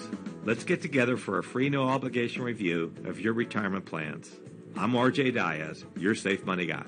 412-569-4000. Sexual violence doesn't discriminate by race, gender, orientation, or identity, and neither do we. We see you, we believe you, we are here for you. The Care Center STARS program offers discreet, free, and confidential counseling and advocacy services for all survivors of sexual violence. Contact the STARS program at 724-229-5007 for assistance. That's 724-229-5007.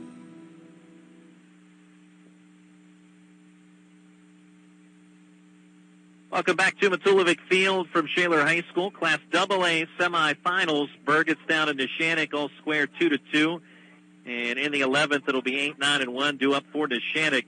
After 1 inning, Thomas Jefferson and Peters Township are scoreless. That's the Class 5A semifinal that Mark Uriah will have for you once this one concludes. We got to finish this broadcast first before we can send it on to Mark. But for our Peters Township TJ fans, stay patient, as that's the number 1 versus number 12 matchup. Here it's the number 7 versus number 6 in Class 2A. Top of the 11th, Jack Gleese. I'll start us off for the Lancers. And a fastball from Andrew Bradle starts off the inning for strike 1. And well, it's been a great effort today pitching up and down, whether it be the starters or the bullpen for both teams.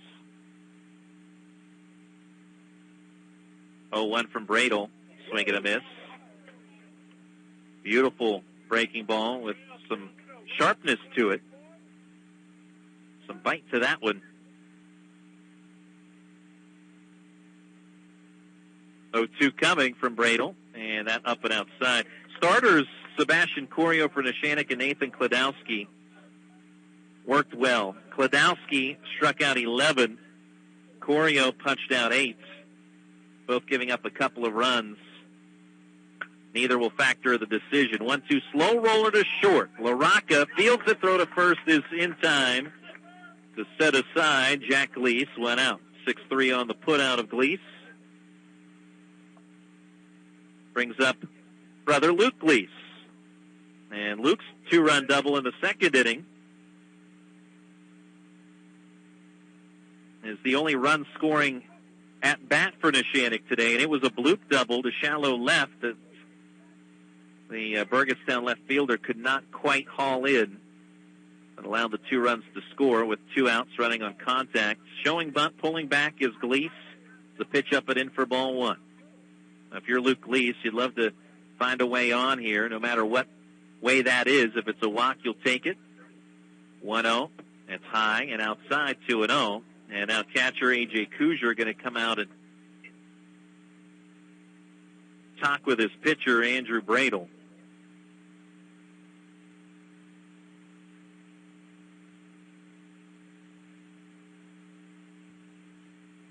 And he will return as Gleese readies for a 2-0 pitch. 2-2 tie in the 10th, 1 out, nobody on for Neshannock. Bradle's kick of the offering, and he drives it right in there for strike 1. And probably the message there from Kuzier, hey, you've got the number 9 hitter up here. And even though he did double in 2 runs in the second, they come on a bloop shot. So come right at him. You don't want to walk this guy and set the table for the top of the order. So back-to-back fastballs and back-to-back strikes, that second of which was swung on and missed by Gleese. So Bradle gets back to business. And now deals the 2-2. Fly ball hit high to right center. Eric Kovac coming in will make the grab. And now 2 away.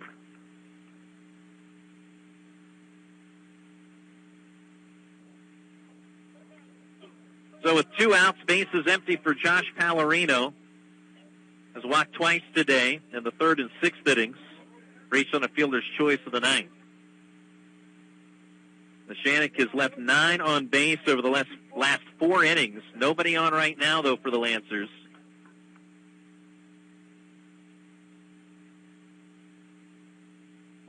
And this one in the dirt from Andrew Bradle.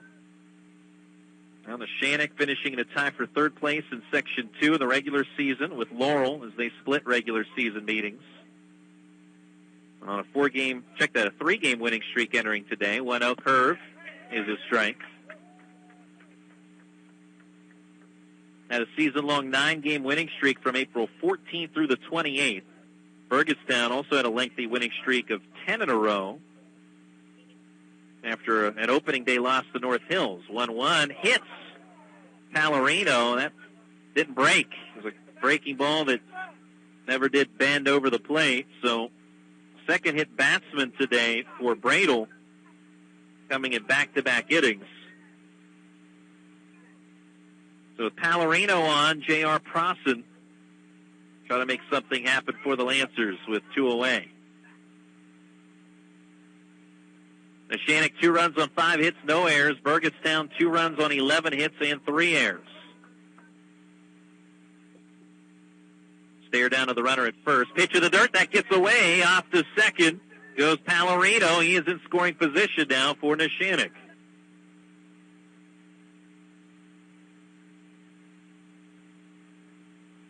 One-0 counts. The J.R. Prosson has put the ball in play only once today. Flew out the right in the 9th. He's 0 for 4. Did walk in the 8th. 3 strikeouts. 1-0 pitch. A little nubber up the first base line. That will stay. No, it will be a foul ball. had some English on it. The first baseman, Brody Kuzier, coming down the line, he was standing in foul territory when he fielded that. And the home plate umpire, Jason Faulkner, he was very closely eyeing that when it just curved foul. So only a strike and not a ground out. Pallarino at second with 2 outs. 2-2 tie score, the top of the 11th. Prosson on the 1-1. Takes the breaking ball inside, 2-1.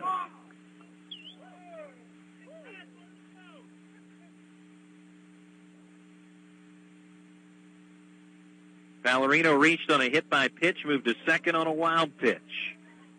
Setting the table up for the Lancers in this 11th. Slow ground ball toward third. Moving in on it is Elish. He'll throw to first, and that is wide of first base. Headed home is Pallarino. He'll score. Neshannock with a 3-2 lead. E5 on Sam Elish, his second error of the game. And his throw wide at first base, trying to stretch was Kuzier, could not reel it in. It gets by him, and the go-ahead run is scored in the 11th for the Lancers on an errant throw by the Blue Devils. So J.R. Prosson, he does get the ball in play this time. As we said, you put the ball in play, good things will happen, even if it's not necessarily a base hit. Fastball in the dirt. Good block by A.J. Kuzier.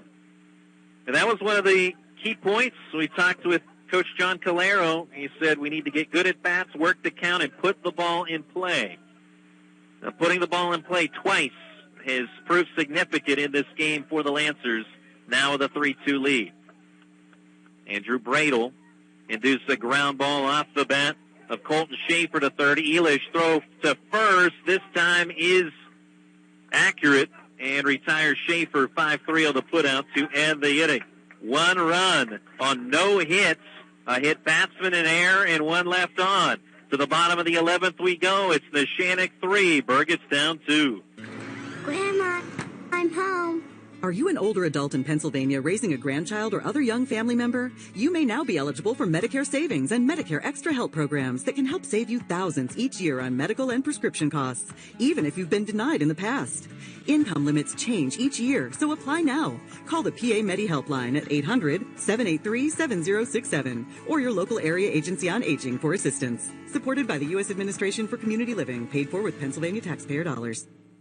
Downtown Washington's Main Street Farmers Market is back. Shop for fresh fruits and vegetables, bread, meat, eggs, hot foods, and more. Plus music from the Trinity Jazz Band and Choir. And visit with the Washington Gay Straight Alliance at the community table. Bring your SNAP card for extra savings. The Main Street Farmers Market, Thursdays from 3 till 6 under the Community Pavilion in downtown Washington with free parking. Sponsored in part by EQT Foundation, Washington Financial Bank, Chapman Corporation, the Arms Club, Stephen Bradley Ward, and Washington Health System.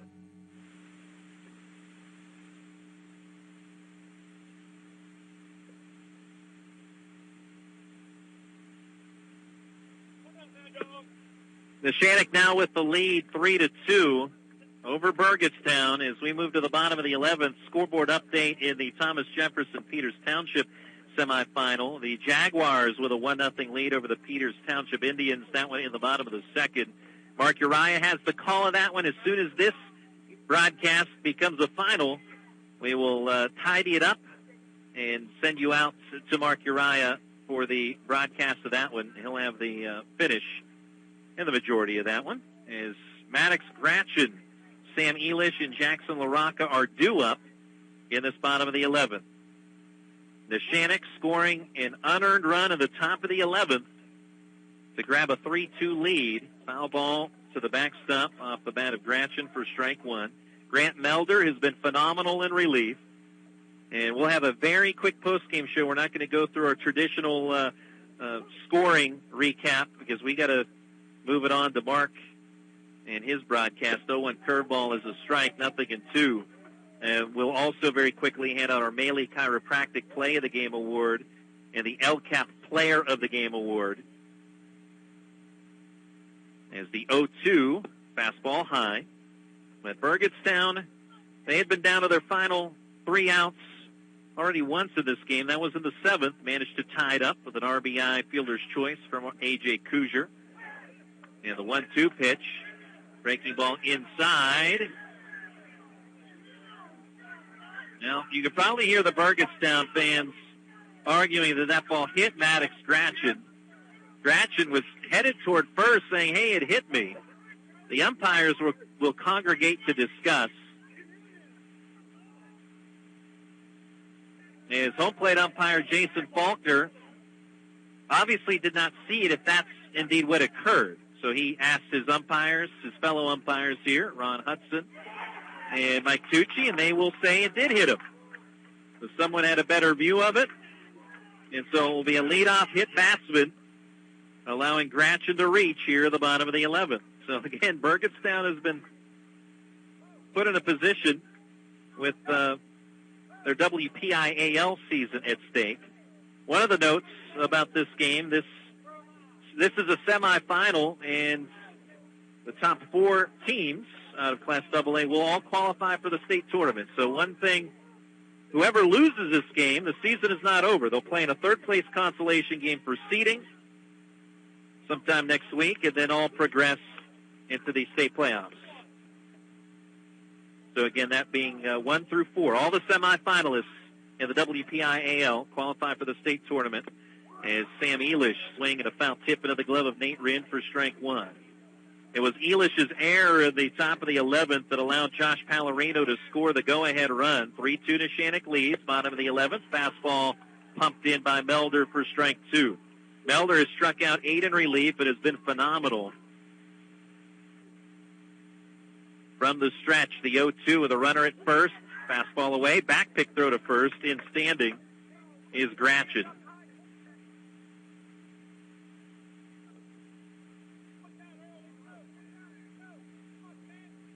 Slight raindrops being felt here at Matulovic Field now. 1-2 pitch, that's high. 2 balls and 2 strikes.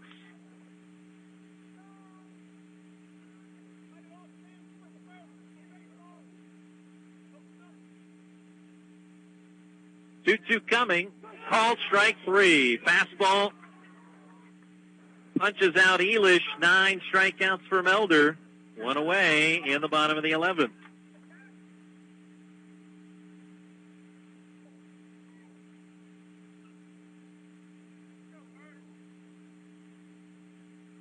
They'll send up Jackson LaRocca. He's 1 for 4. Singled and scored in the 7th inning. Has been struck out a couple of times as well. Bats here with a runner at first and 1 out. Pitch low and away for a ball. As LaRocca helps out with his teammate and runner, Maddox Gratchen at first as they put there. 1-0 is upstairs for ball 2. Burgettstown last year facing Neshannock in the WPIAL playoffs as well, but falling 4-3 in walk-off fashion. Burgettstown would love to return the favor. 2-0 pitch is a called strike. Right now the Blue Devils trail 3-2. Runner at first with 1 out. Melder's 2-1, swing and a miss. LaRocca, the number 9 hitter, Nathan Kladowski, waits on deck. Melder, the right-hander, delivers the 2-2. It's low.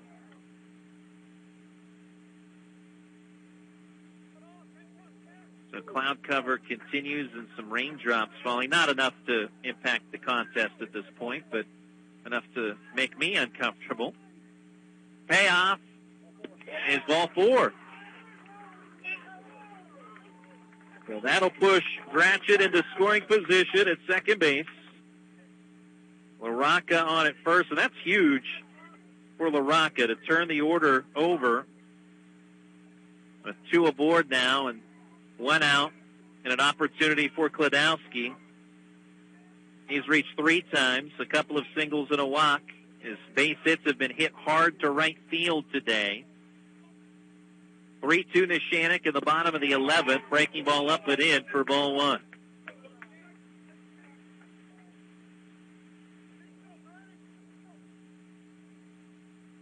Staring down the runner at second. Melder delivers. Kladowski hits one well deep to left, but hooked foul. Hit it over the batting cage down the left field line. hard to tell whether that would have had home run distance or not. It certainly would have been close, but it's just a foul ball here.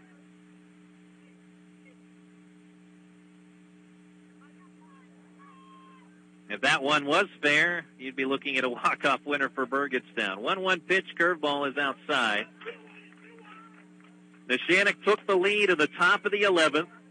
A ground ball put in play by J.R. Prosson. Throwing air allowed Josh Pallarino to trot home for a 3-2 lead. That's where we're at in terms of the score, but in this bottom of the 11th, Burgettstown raising another threat.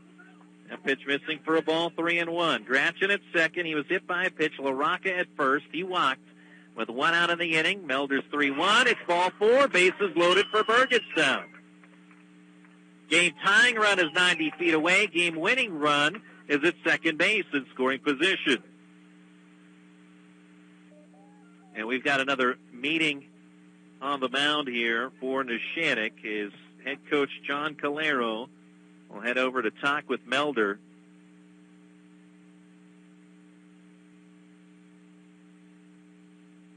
Another scoreboard update. Thomas Jefferson and Peters Township tied now 1-1. That's at the end of 2 innings. And it looks like we're going to have a pitching change here. So for our producer, Bill Chapo, we're going to take a break here for this pitching change. And we'll tell you about the new hurler when we come back in just a moment.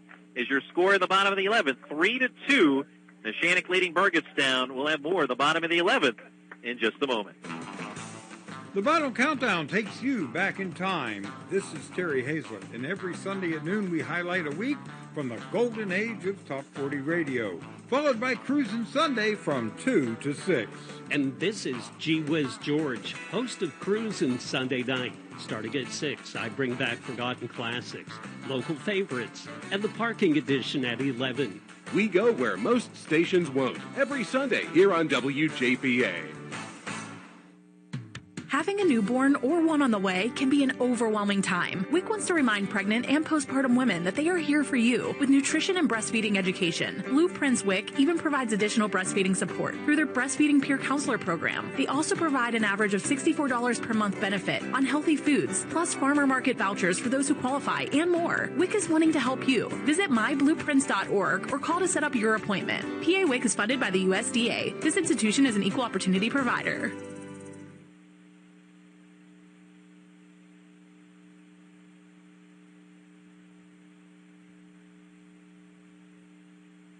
Jacob Walzer, the new pitcher for Neshannock, he'll work to Eric Kovacs with the bases loaded and 1 out. Burgettstown loading him up thanks to a hit by pitch and back-to-back walks. The walks to LaRocca and Kladowski.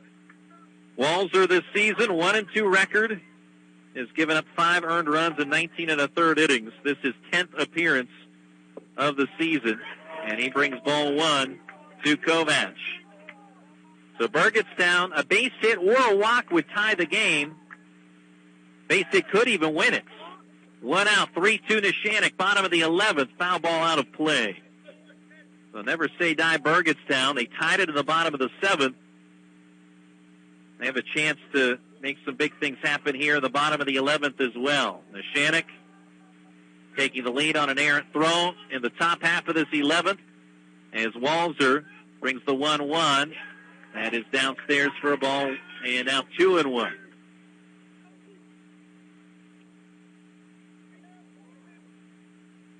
Grant Melder went for the mound back to first base. As far as changes, 2-1, looked at for a strike.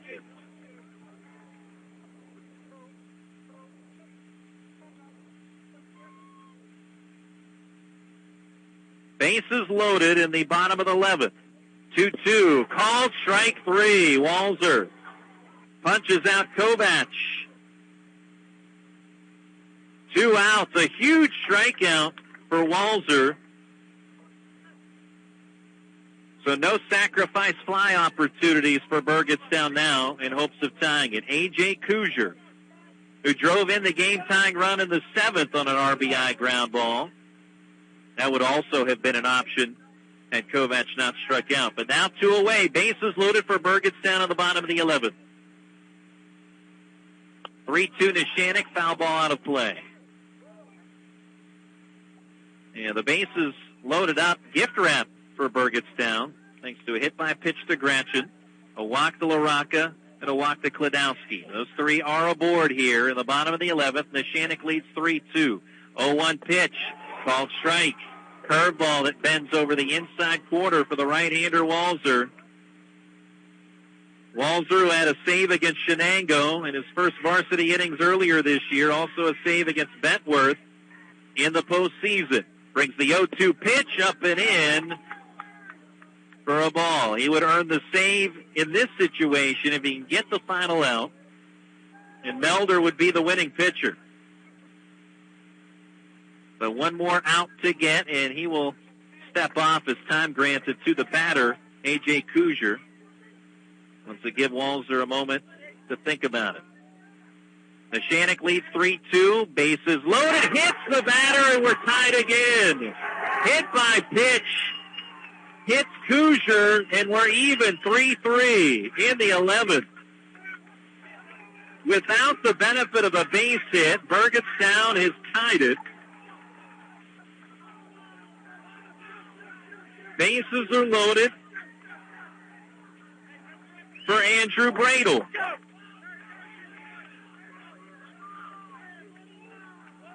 The run that scores belongs to Melder. Deadlocked again, 3-3. Can Burgettstown win it in walk-off fashion? Remember, it was Neshannock who defeated Burgettstown last year 4-3 with a walk-off hit at the bottom of the 7th. Can Burgettstown win by the same score with a walk-off hit here in 2022? Timeout call. Nate Rand out to speak with Walzer. Had 2 strikes on Kuzier, but he hit him to tie the score.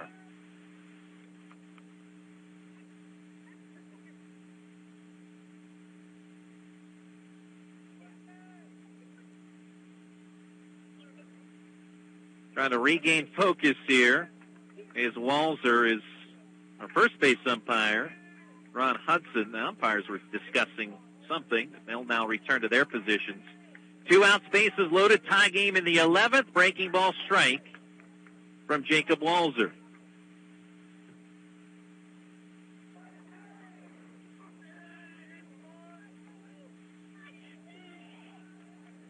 High drama in the Class AA semifinals. 0-1, fly ball, left field. Luke Gleese is there, makes the catch, and we move on to the 12th. Your score, Neshannock 3, Burgettstown 3.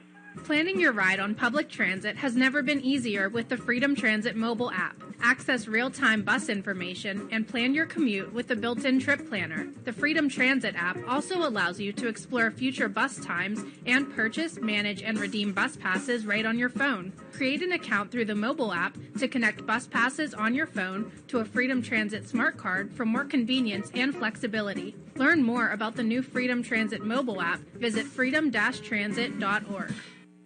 You want to feel important. You want to be a part of something bigger, something that matters and can help change things. You want to feel like you belong. We know. We felt that way too. And that's why we did something about it. We aren't just Army National Guard soldiers. We are normal people just like you. And together, we can make a difference. Take on your legacy. Visit NationalGuard.com to find out more.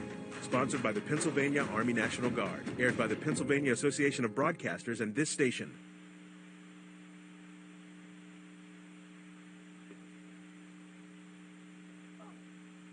We head to the top of the 12th from Matulovic Field as we were tied 2-2 after 7 innings. In fact, Burgettstown was trailing 2-1 before a fielder's choice RBI by A.J. Kuzier tied it to force extra.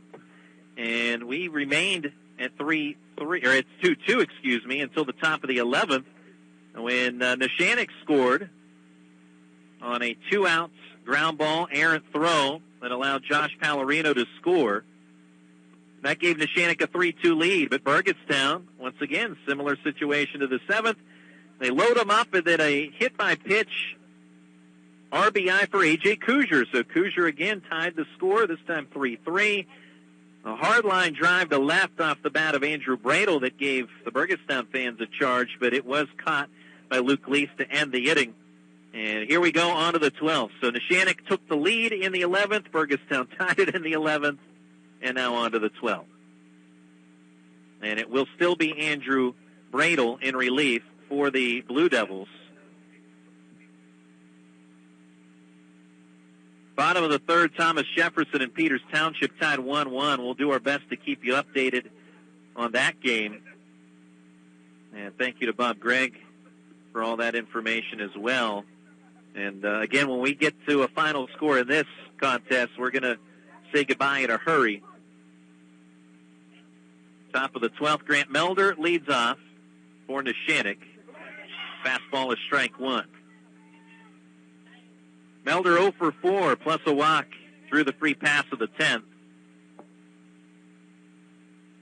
Left-hander Bradle rolls one off the bat. Induces a ground ball by Melder to second, but it's booted by Kladowski. E4 opens the 12th. That's the 5th error on the Burgettstown defense. That was a routine ground ball off the end of the bat of Melder, and Kladowski could not gobble it up. And so the 5th error has set the table yet again for Neshannock in a 3-3 game of the 12th. Nate Rind is 0 for 3, intentionally walked in the 8th, hit by a pitch of the 10th.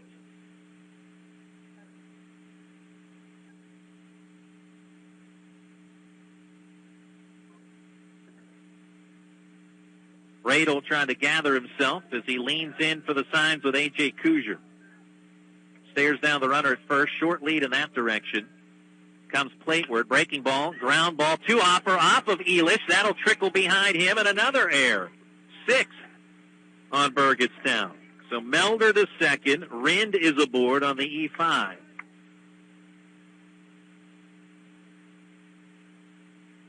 Dom Cubelis will stride to the plate next, but first we'll have a courtesy runner. DeAndre Albarico is in for Rind at first base. And if you're Neshannock here, if you're fortunate to get a run, the Lancers would be better served to try and pick up 2 or 3 runs with the way this game has been. Obviously, the thought process for Burgettstown is keep this at a 3-3 score somehow. But they have made things difficult as giving away some outs here, the Blue Devils' defense. So Dom Cubelis, after a lengthy coach's conversation, eventually comes out to the batter's box, so he digs in with 2 aboard. First baseman Brody Kuzier playing up on the infield grass, anticipating a bunt. Cubelis turns it around and lays it down. Bradle will field it on the grass. Pirouette throws to first for the sacrifice putout of Cubelis.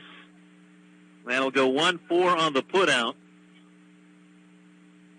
But it advances Albarico to second and Melder to third. So 2 in scoring position for the Lancers. Great to have you with us on the TribLive High School Sports Network, 1450 WJPA AM in Washington, and the Lawrence County Sports Network.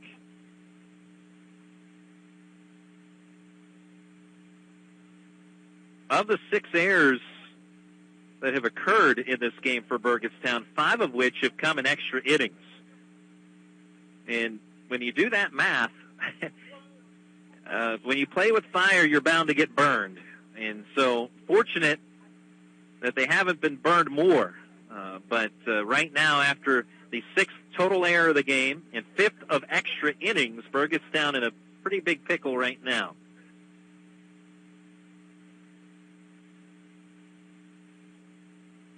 So what is a tie game, 3-3 in the 12th. Another lengthy conversation for for Neshannock and Coach Calero and his staff, as Jake Rind, the designated hitter, eventually will make his way to the dish. So runners at second and third with 1 out. Infield is up here for Burgettstown. They can ill afford a run, obviously, in extra innings in a tie game. Curveball rolled foul, third base side.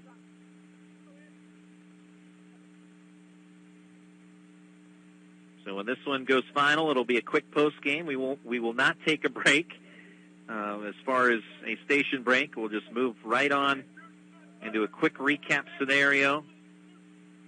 Hand out our player and play of the game and say goodbye. Get out to Mark Uriah. Bunt laid down. It's a squeeze bunt, and the pitcher, Bradle, will field it. He'll chase the runner, tag him out, but another runner going to try and score, and he will. Alberico scores the second run of the inning on the suicide squeeze, an aggressive play, and Neshannock has been known to squeeze home some runs.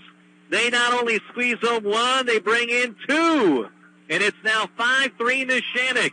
So the bunt laid down by Rind. He pushed it back toward the pitcher, Bradle. He had no chance to get the runner coming in from third on that suicide, and so he just had to chase down the batter runner, Jake Rind, which he did up the first base line to get the tag on him. But while that occurred, alertly Alberico came all the way around to score from second, and Neshannock now has a 5-3 lead.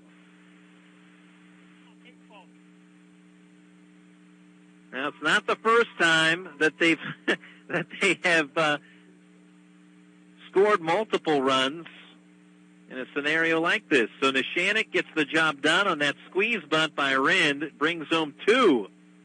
And again, he was put out, pitcher unassisted. The bases are empty with 2 outs, but Neshannock has taken a 2-run lead.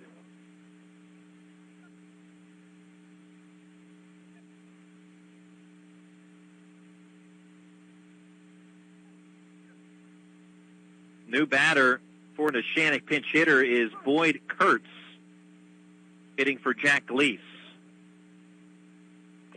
So in the 12th, Neshannock cashes in for 2 runs. Both are unearned runs because of the 2 errors committed by Burgettstown defensively. Foul ball off the bat of Kurtz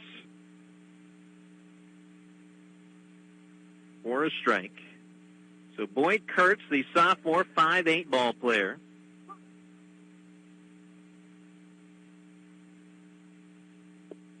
And the 0-1 is outside. 1 ball, 1 strike.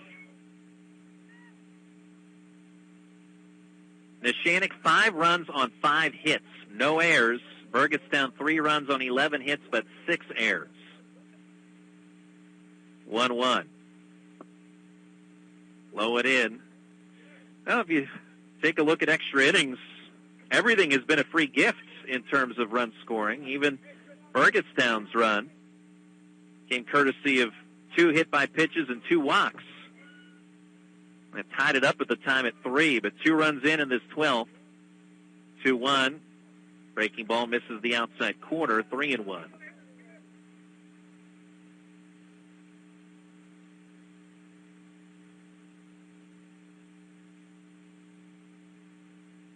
Top of the 12th inning, 5-3 Neshannock in the 2A semifinals. 3-1 pitches up and away for ball 4. So the pinch hitter, Kurtz, walks. And they're going to re-enter Jack Gleese to run for Kurtz.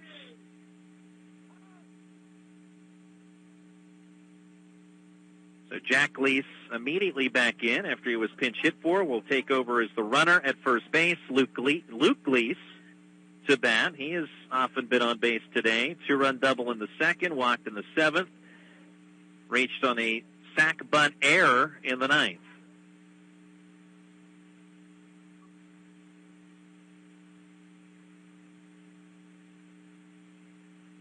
Peters Township leads Thomas Jefferson 4-1 at the end of 3 innings. When this one goes final, we'll head right to Mark Uriah on 1450 AM WJPA in Washington. Of course, the Lawrence County Sports Network busy as well as the TribLive High School Sports Network. 0-1 pitch, runner goes from first. He will steal second as the throw off the marks. The shortstop, LaRocca, will field that well off the bag. So Neshannock trying to add on. They have a 2-run lead, but won't settle for that. Pedal to the metal here, the 12th.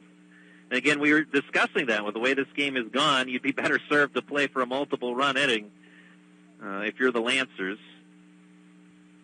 Burgettstown will need a multiple run inning in the bottom of the 12th if they hope to stay alive in the WPIAL semifinal contest. Again, the loser of this game still will qualify for the state playoffs. Swing and a miss here on the 1-1 offering to Gleese. The third-place consolation game will be next week, and that's, for the most part, to determine seeding heading into the PIAA tournament. Runner at second, 2 outs, 2-run lead, Neshannock in the 12th. Runner breaks, pitch is away, pump fake toward third, but no throw. Stolen base again for Jack Gleese. So he's 90 feet away as Andrew Bradle will try to work on getting this final out of the inning and hope that his bats can come up with something in the bottom of the 12th. It'll be 5, 6, and 7 due up for the Blue Devils when we get to the bottom of the 12th. 2-2 popped out of play. From this site, Game 2 will be North Allegheny against Upper St. Clair in Class 6A from Matulovic Field. Big thank you to our producer, Bill Chapo, as well in the downtown Washington studios. Runner at third, 2 outs, 2-run lead, Neshannock. In the 12th, 2-2 pitch is swung on and missed for strike 3. And the inning is over, but 2 errors come back to bite Burgettstown as Neshannock cashes in on a 2-run squeeze bunt by Jack Rinn. After 11 and a half, it's Neshannock 5 and Burgettstown 3. It's time for spring cleaning, and Canton Township Cleanup Day is a great place to start. This Saturday, drop off items at 655 Grove Avenue. No paint cans or hazardous items. TV disposal was $40. Tires without rims, $2 each. Canton Township residents only. Proof of residency required. Snack stand available. Canton Township Cleanup Day, this Saturday from 10 till 3 at 655 Grove Avenue. Call for details, 724-225-8990. Sexual violence doesn't discriminate by race, gender, orientation, or identity, and neither do we. We see you, we believe you, we are here for you. The Care Center STARS program offers discreet, free, and confidential counseling and advocacy services for all survivors of sexual violence. Contact the STARS program at 724-229-5007 for assistance. That's 724-229-5007.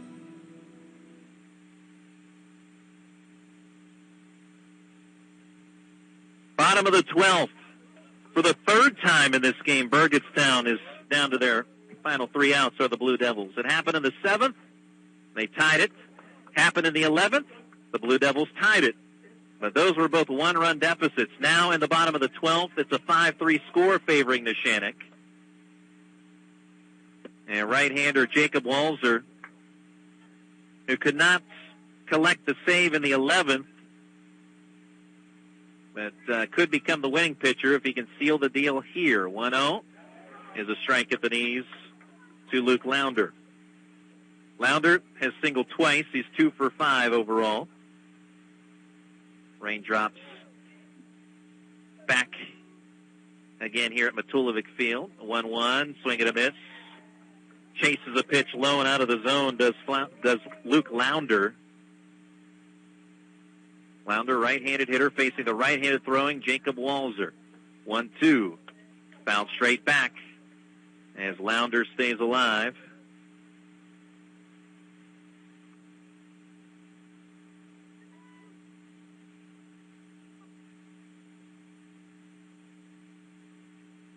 Out of the head by Walzer, ready with the signs, brings the 1-2 in the dirt.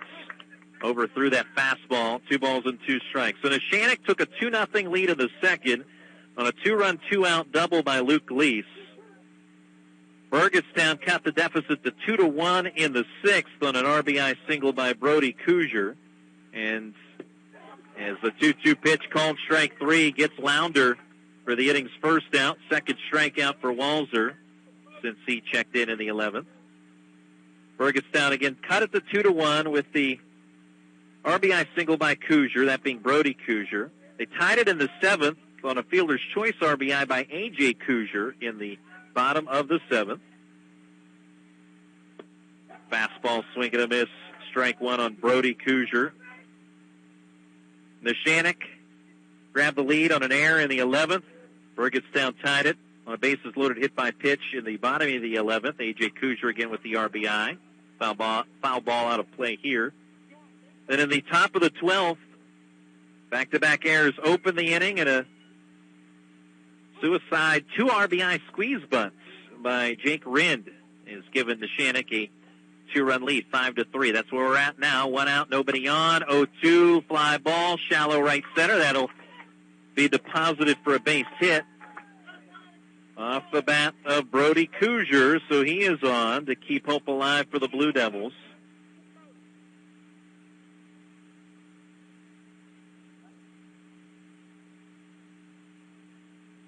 Alex Gratian has reached 4 times. A couple of hit by pitches, a single, fielder's choice. Takes up and in.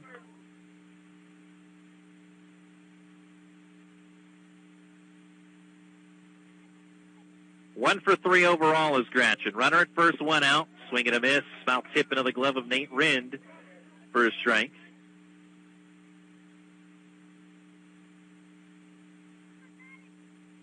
Five-3 Neshannock in the bottom of the 12th. Walzer trying to seal the deal. Brings the 1-1. Strike on the inside quarter.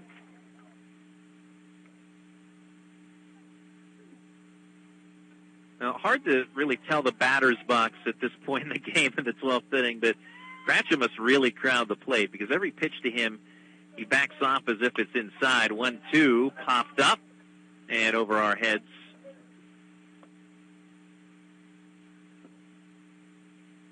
So you get that impression, anyway, from when Gratian is at the plate. Neshannock holding a 5-3 lead with 1 away in the bottom of the 12th. 1-2, up and in once again. He is backed off by Walzer.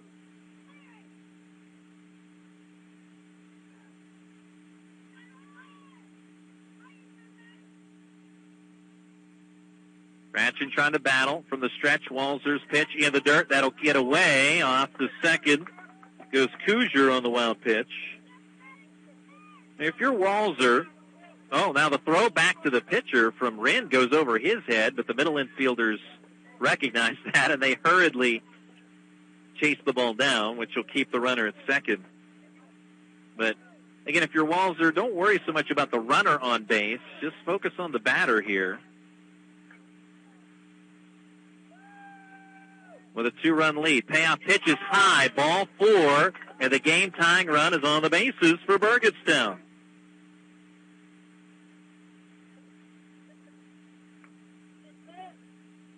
Kuzier at second.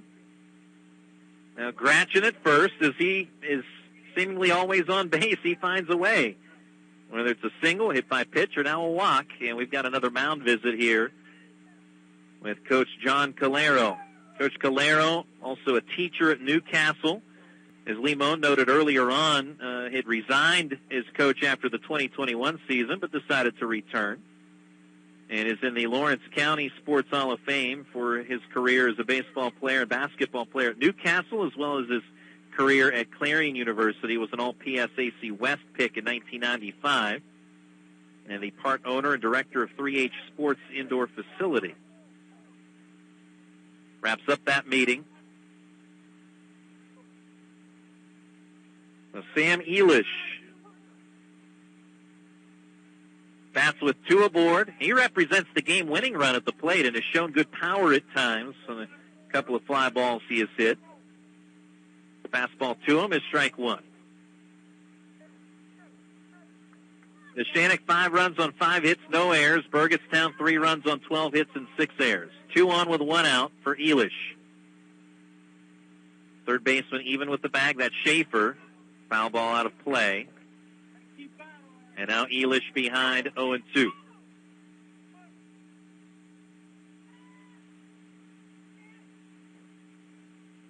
Oh for 5 is Elish with 4 strikeouts. On the 0-2, ground ball, hit to short. Convenient hop for Gleese, flips the second, process throw to first, and that's your ball game. Neshannock with the win, an inning-ending double play, game-ending double play, and the Lancers advance to the WPIAL championship with a 5-2 6-3 victory. So Walzer is the winner in relief. The 6-4-3 double play to end it. And let's quickly give you our Maley Chiropractic Play of the Game Award. That's going to go to Jake Rind for his 2-run squeeze bunt in the 12th to give Neshannock the lead. That proved to be the game-winning play for the Lancers. And your player of the game for Neshannock today will be the winning pitcher in relief. That'll be Jacob Walzer. He checked in late and was able to get the final outs of this one to secure the victory, 5-3 again for Neshannock. So the Lancers improved to 17-6 overall. Burgettstown falls to 14-4 overall. That Player of the Game award, by the way, brought to you by LCAP, the Lawrence County Community Action Partnership.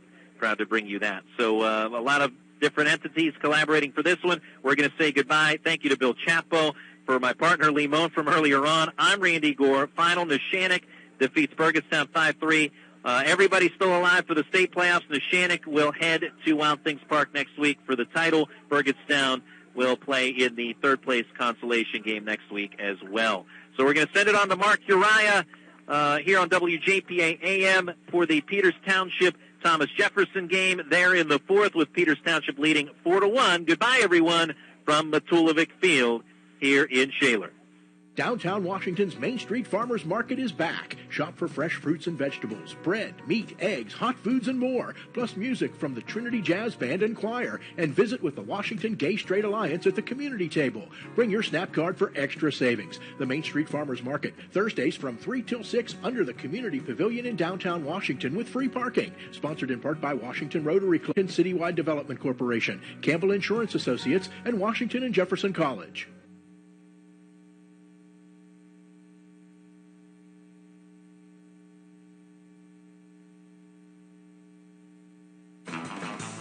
The Bottle Countdown takes you back in time. This is Terry Hazlett, and every Sunday at noon we highlight a week from the golden age of Top 40 radio, followed by Cruisin' Sunday from 2 to 6.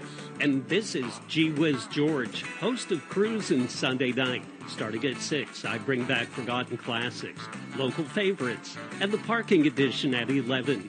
We go where most stations won't. Every Sunday here on WJPA. Pennsylvania's radio sports leader, WJPA Washington.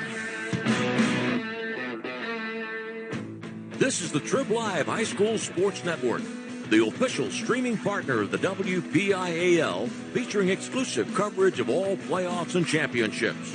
Stretching across 10 counties, 2,000 broadcasts a year, live and forever archived. Trib, hssn.triblive.com. From Ross Memorial Park in Washington, WJPA Sports brings you high school baseball playoff action. Hi, I'm Mark Uriah. Peters Township and Thomas Jefferson in action here. Peters Township with a 5-1 lead right now here in the top of the fourth inning, or I should say bottom of the fourth inning. Peters Township batting with 1 run across. Sam Miller at the plate. Been on base twice in this game. Singleton scored in the third, walked in the first. And he bats with Drew Repepe at second base and 2 outs in the inning. Swing and a miss and a 1-2 pitch. Miller down on strikes to end the inning. Peters Township with a run in the bottom of the fourth inning on 2 hits. No errors, and they strand one. And we'll go to the fifth with Peters Township leading Thomas Jefferson 5-1 here on WJPA and the TribLive High School Sports Network. Slovenian Savings and Loan gives you the best of both worlds. When you bank with Slovenian Savings and Loan, you get the most up-to-date conveniences, including their new mobile banking app, so you can bank anywhere, anytime, and checking accounts with great rates without all the fine print. Combine that with traditional values and the ability to build personal customer relationships. It's everything you want from your bank. Slovenian Savings and Loan on Boone Avenue in Strabane. Learn more at sloveniansavingsandloan.com. Bring together expert faculty. Offer programs in high-demand fields. Add in a few centuries of tradition. You might call it the future of higher education. We're calling it Pennsylvania Western University. We've combined the resources of California, Clarion, and Edinburgh to create a new way to educate, where opportunities are boundless and tomorrow is yours to define. Built on tradition, built for your future. Welcome to Penn West.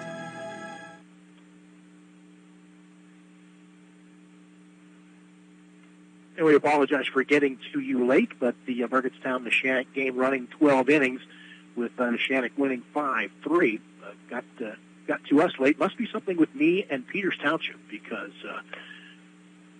this is the second game this year. I can go back to the state playoff game that the Indians had last year, where they were eliminated. That all got on late because of previous games running long. It's not just a little bit long, but in any case, Thomas Jefferson coming to bat here in the top of the fifth inning, down 5-1.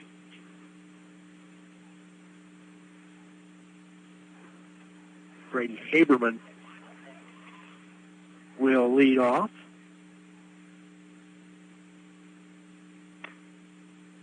Haberman takes the ball. Haberman had an RBI single in the second inning, accounting for the lone Thomas Jefferson run. Trying to get you caught up on the scoring here. Sam Miller delivers ball, sinking liner hit into right field. Stumbling is Nick Sampson, but he's able to recover and reach out and snag that ball to prevent him, to prevent the ball from getting by him.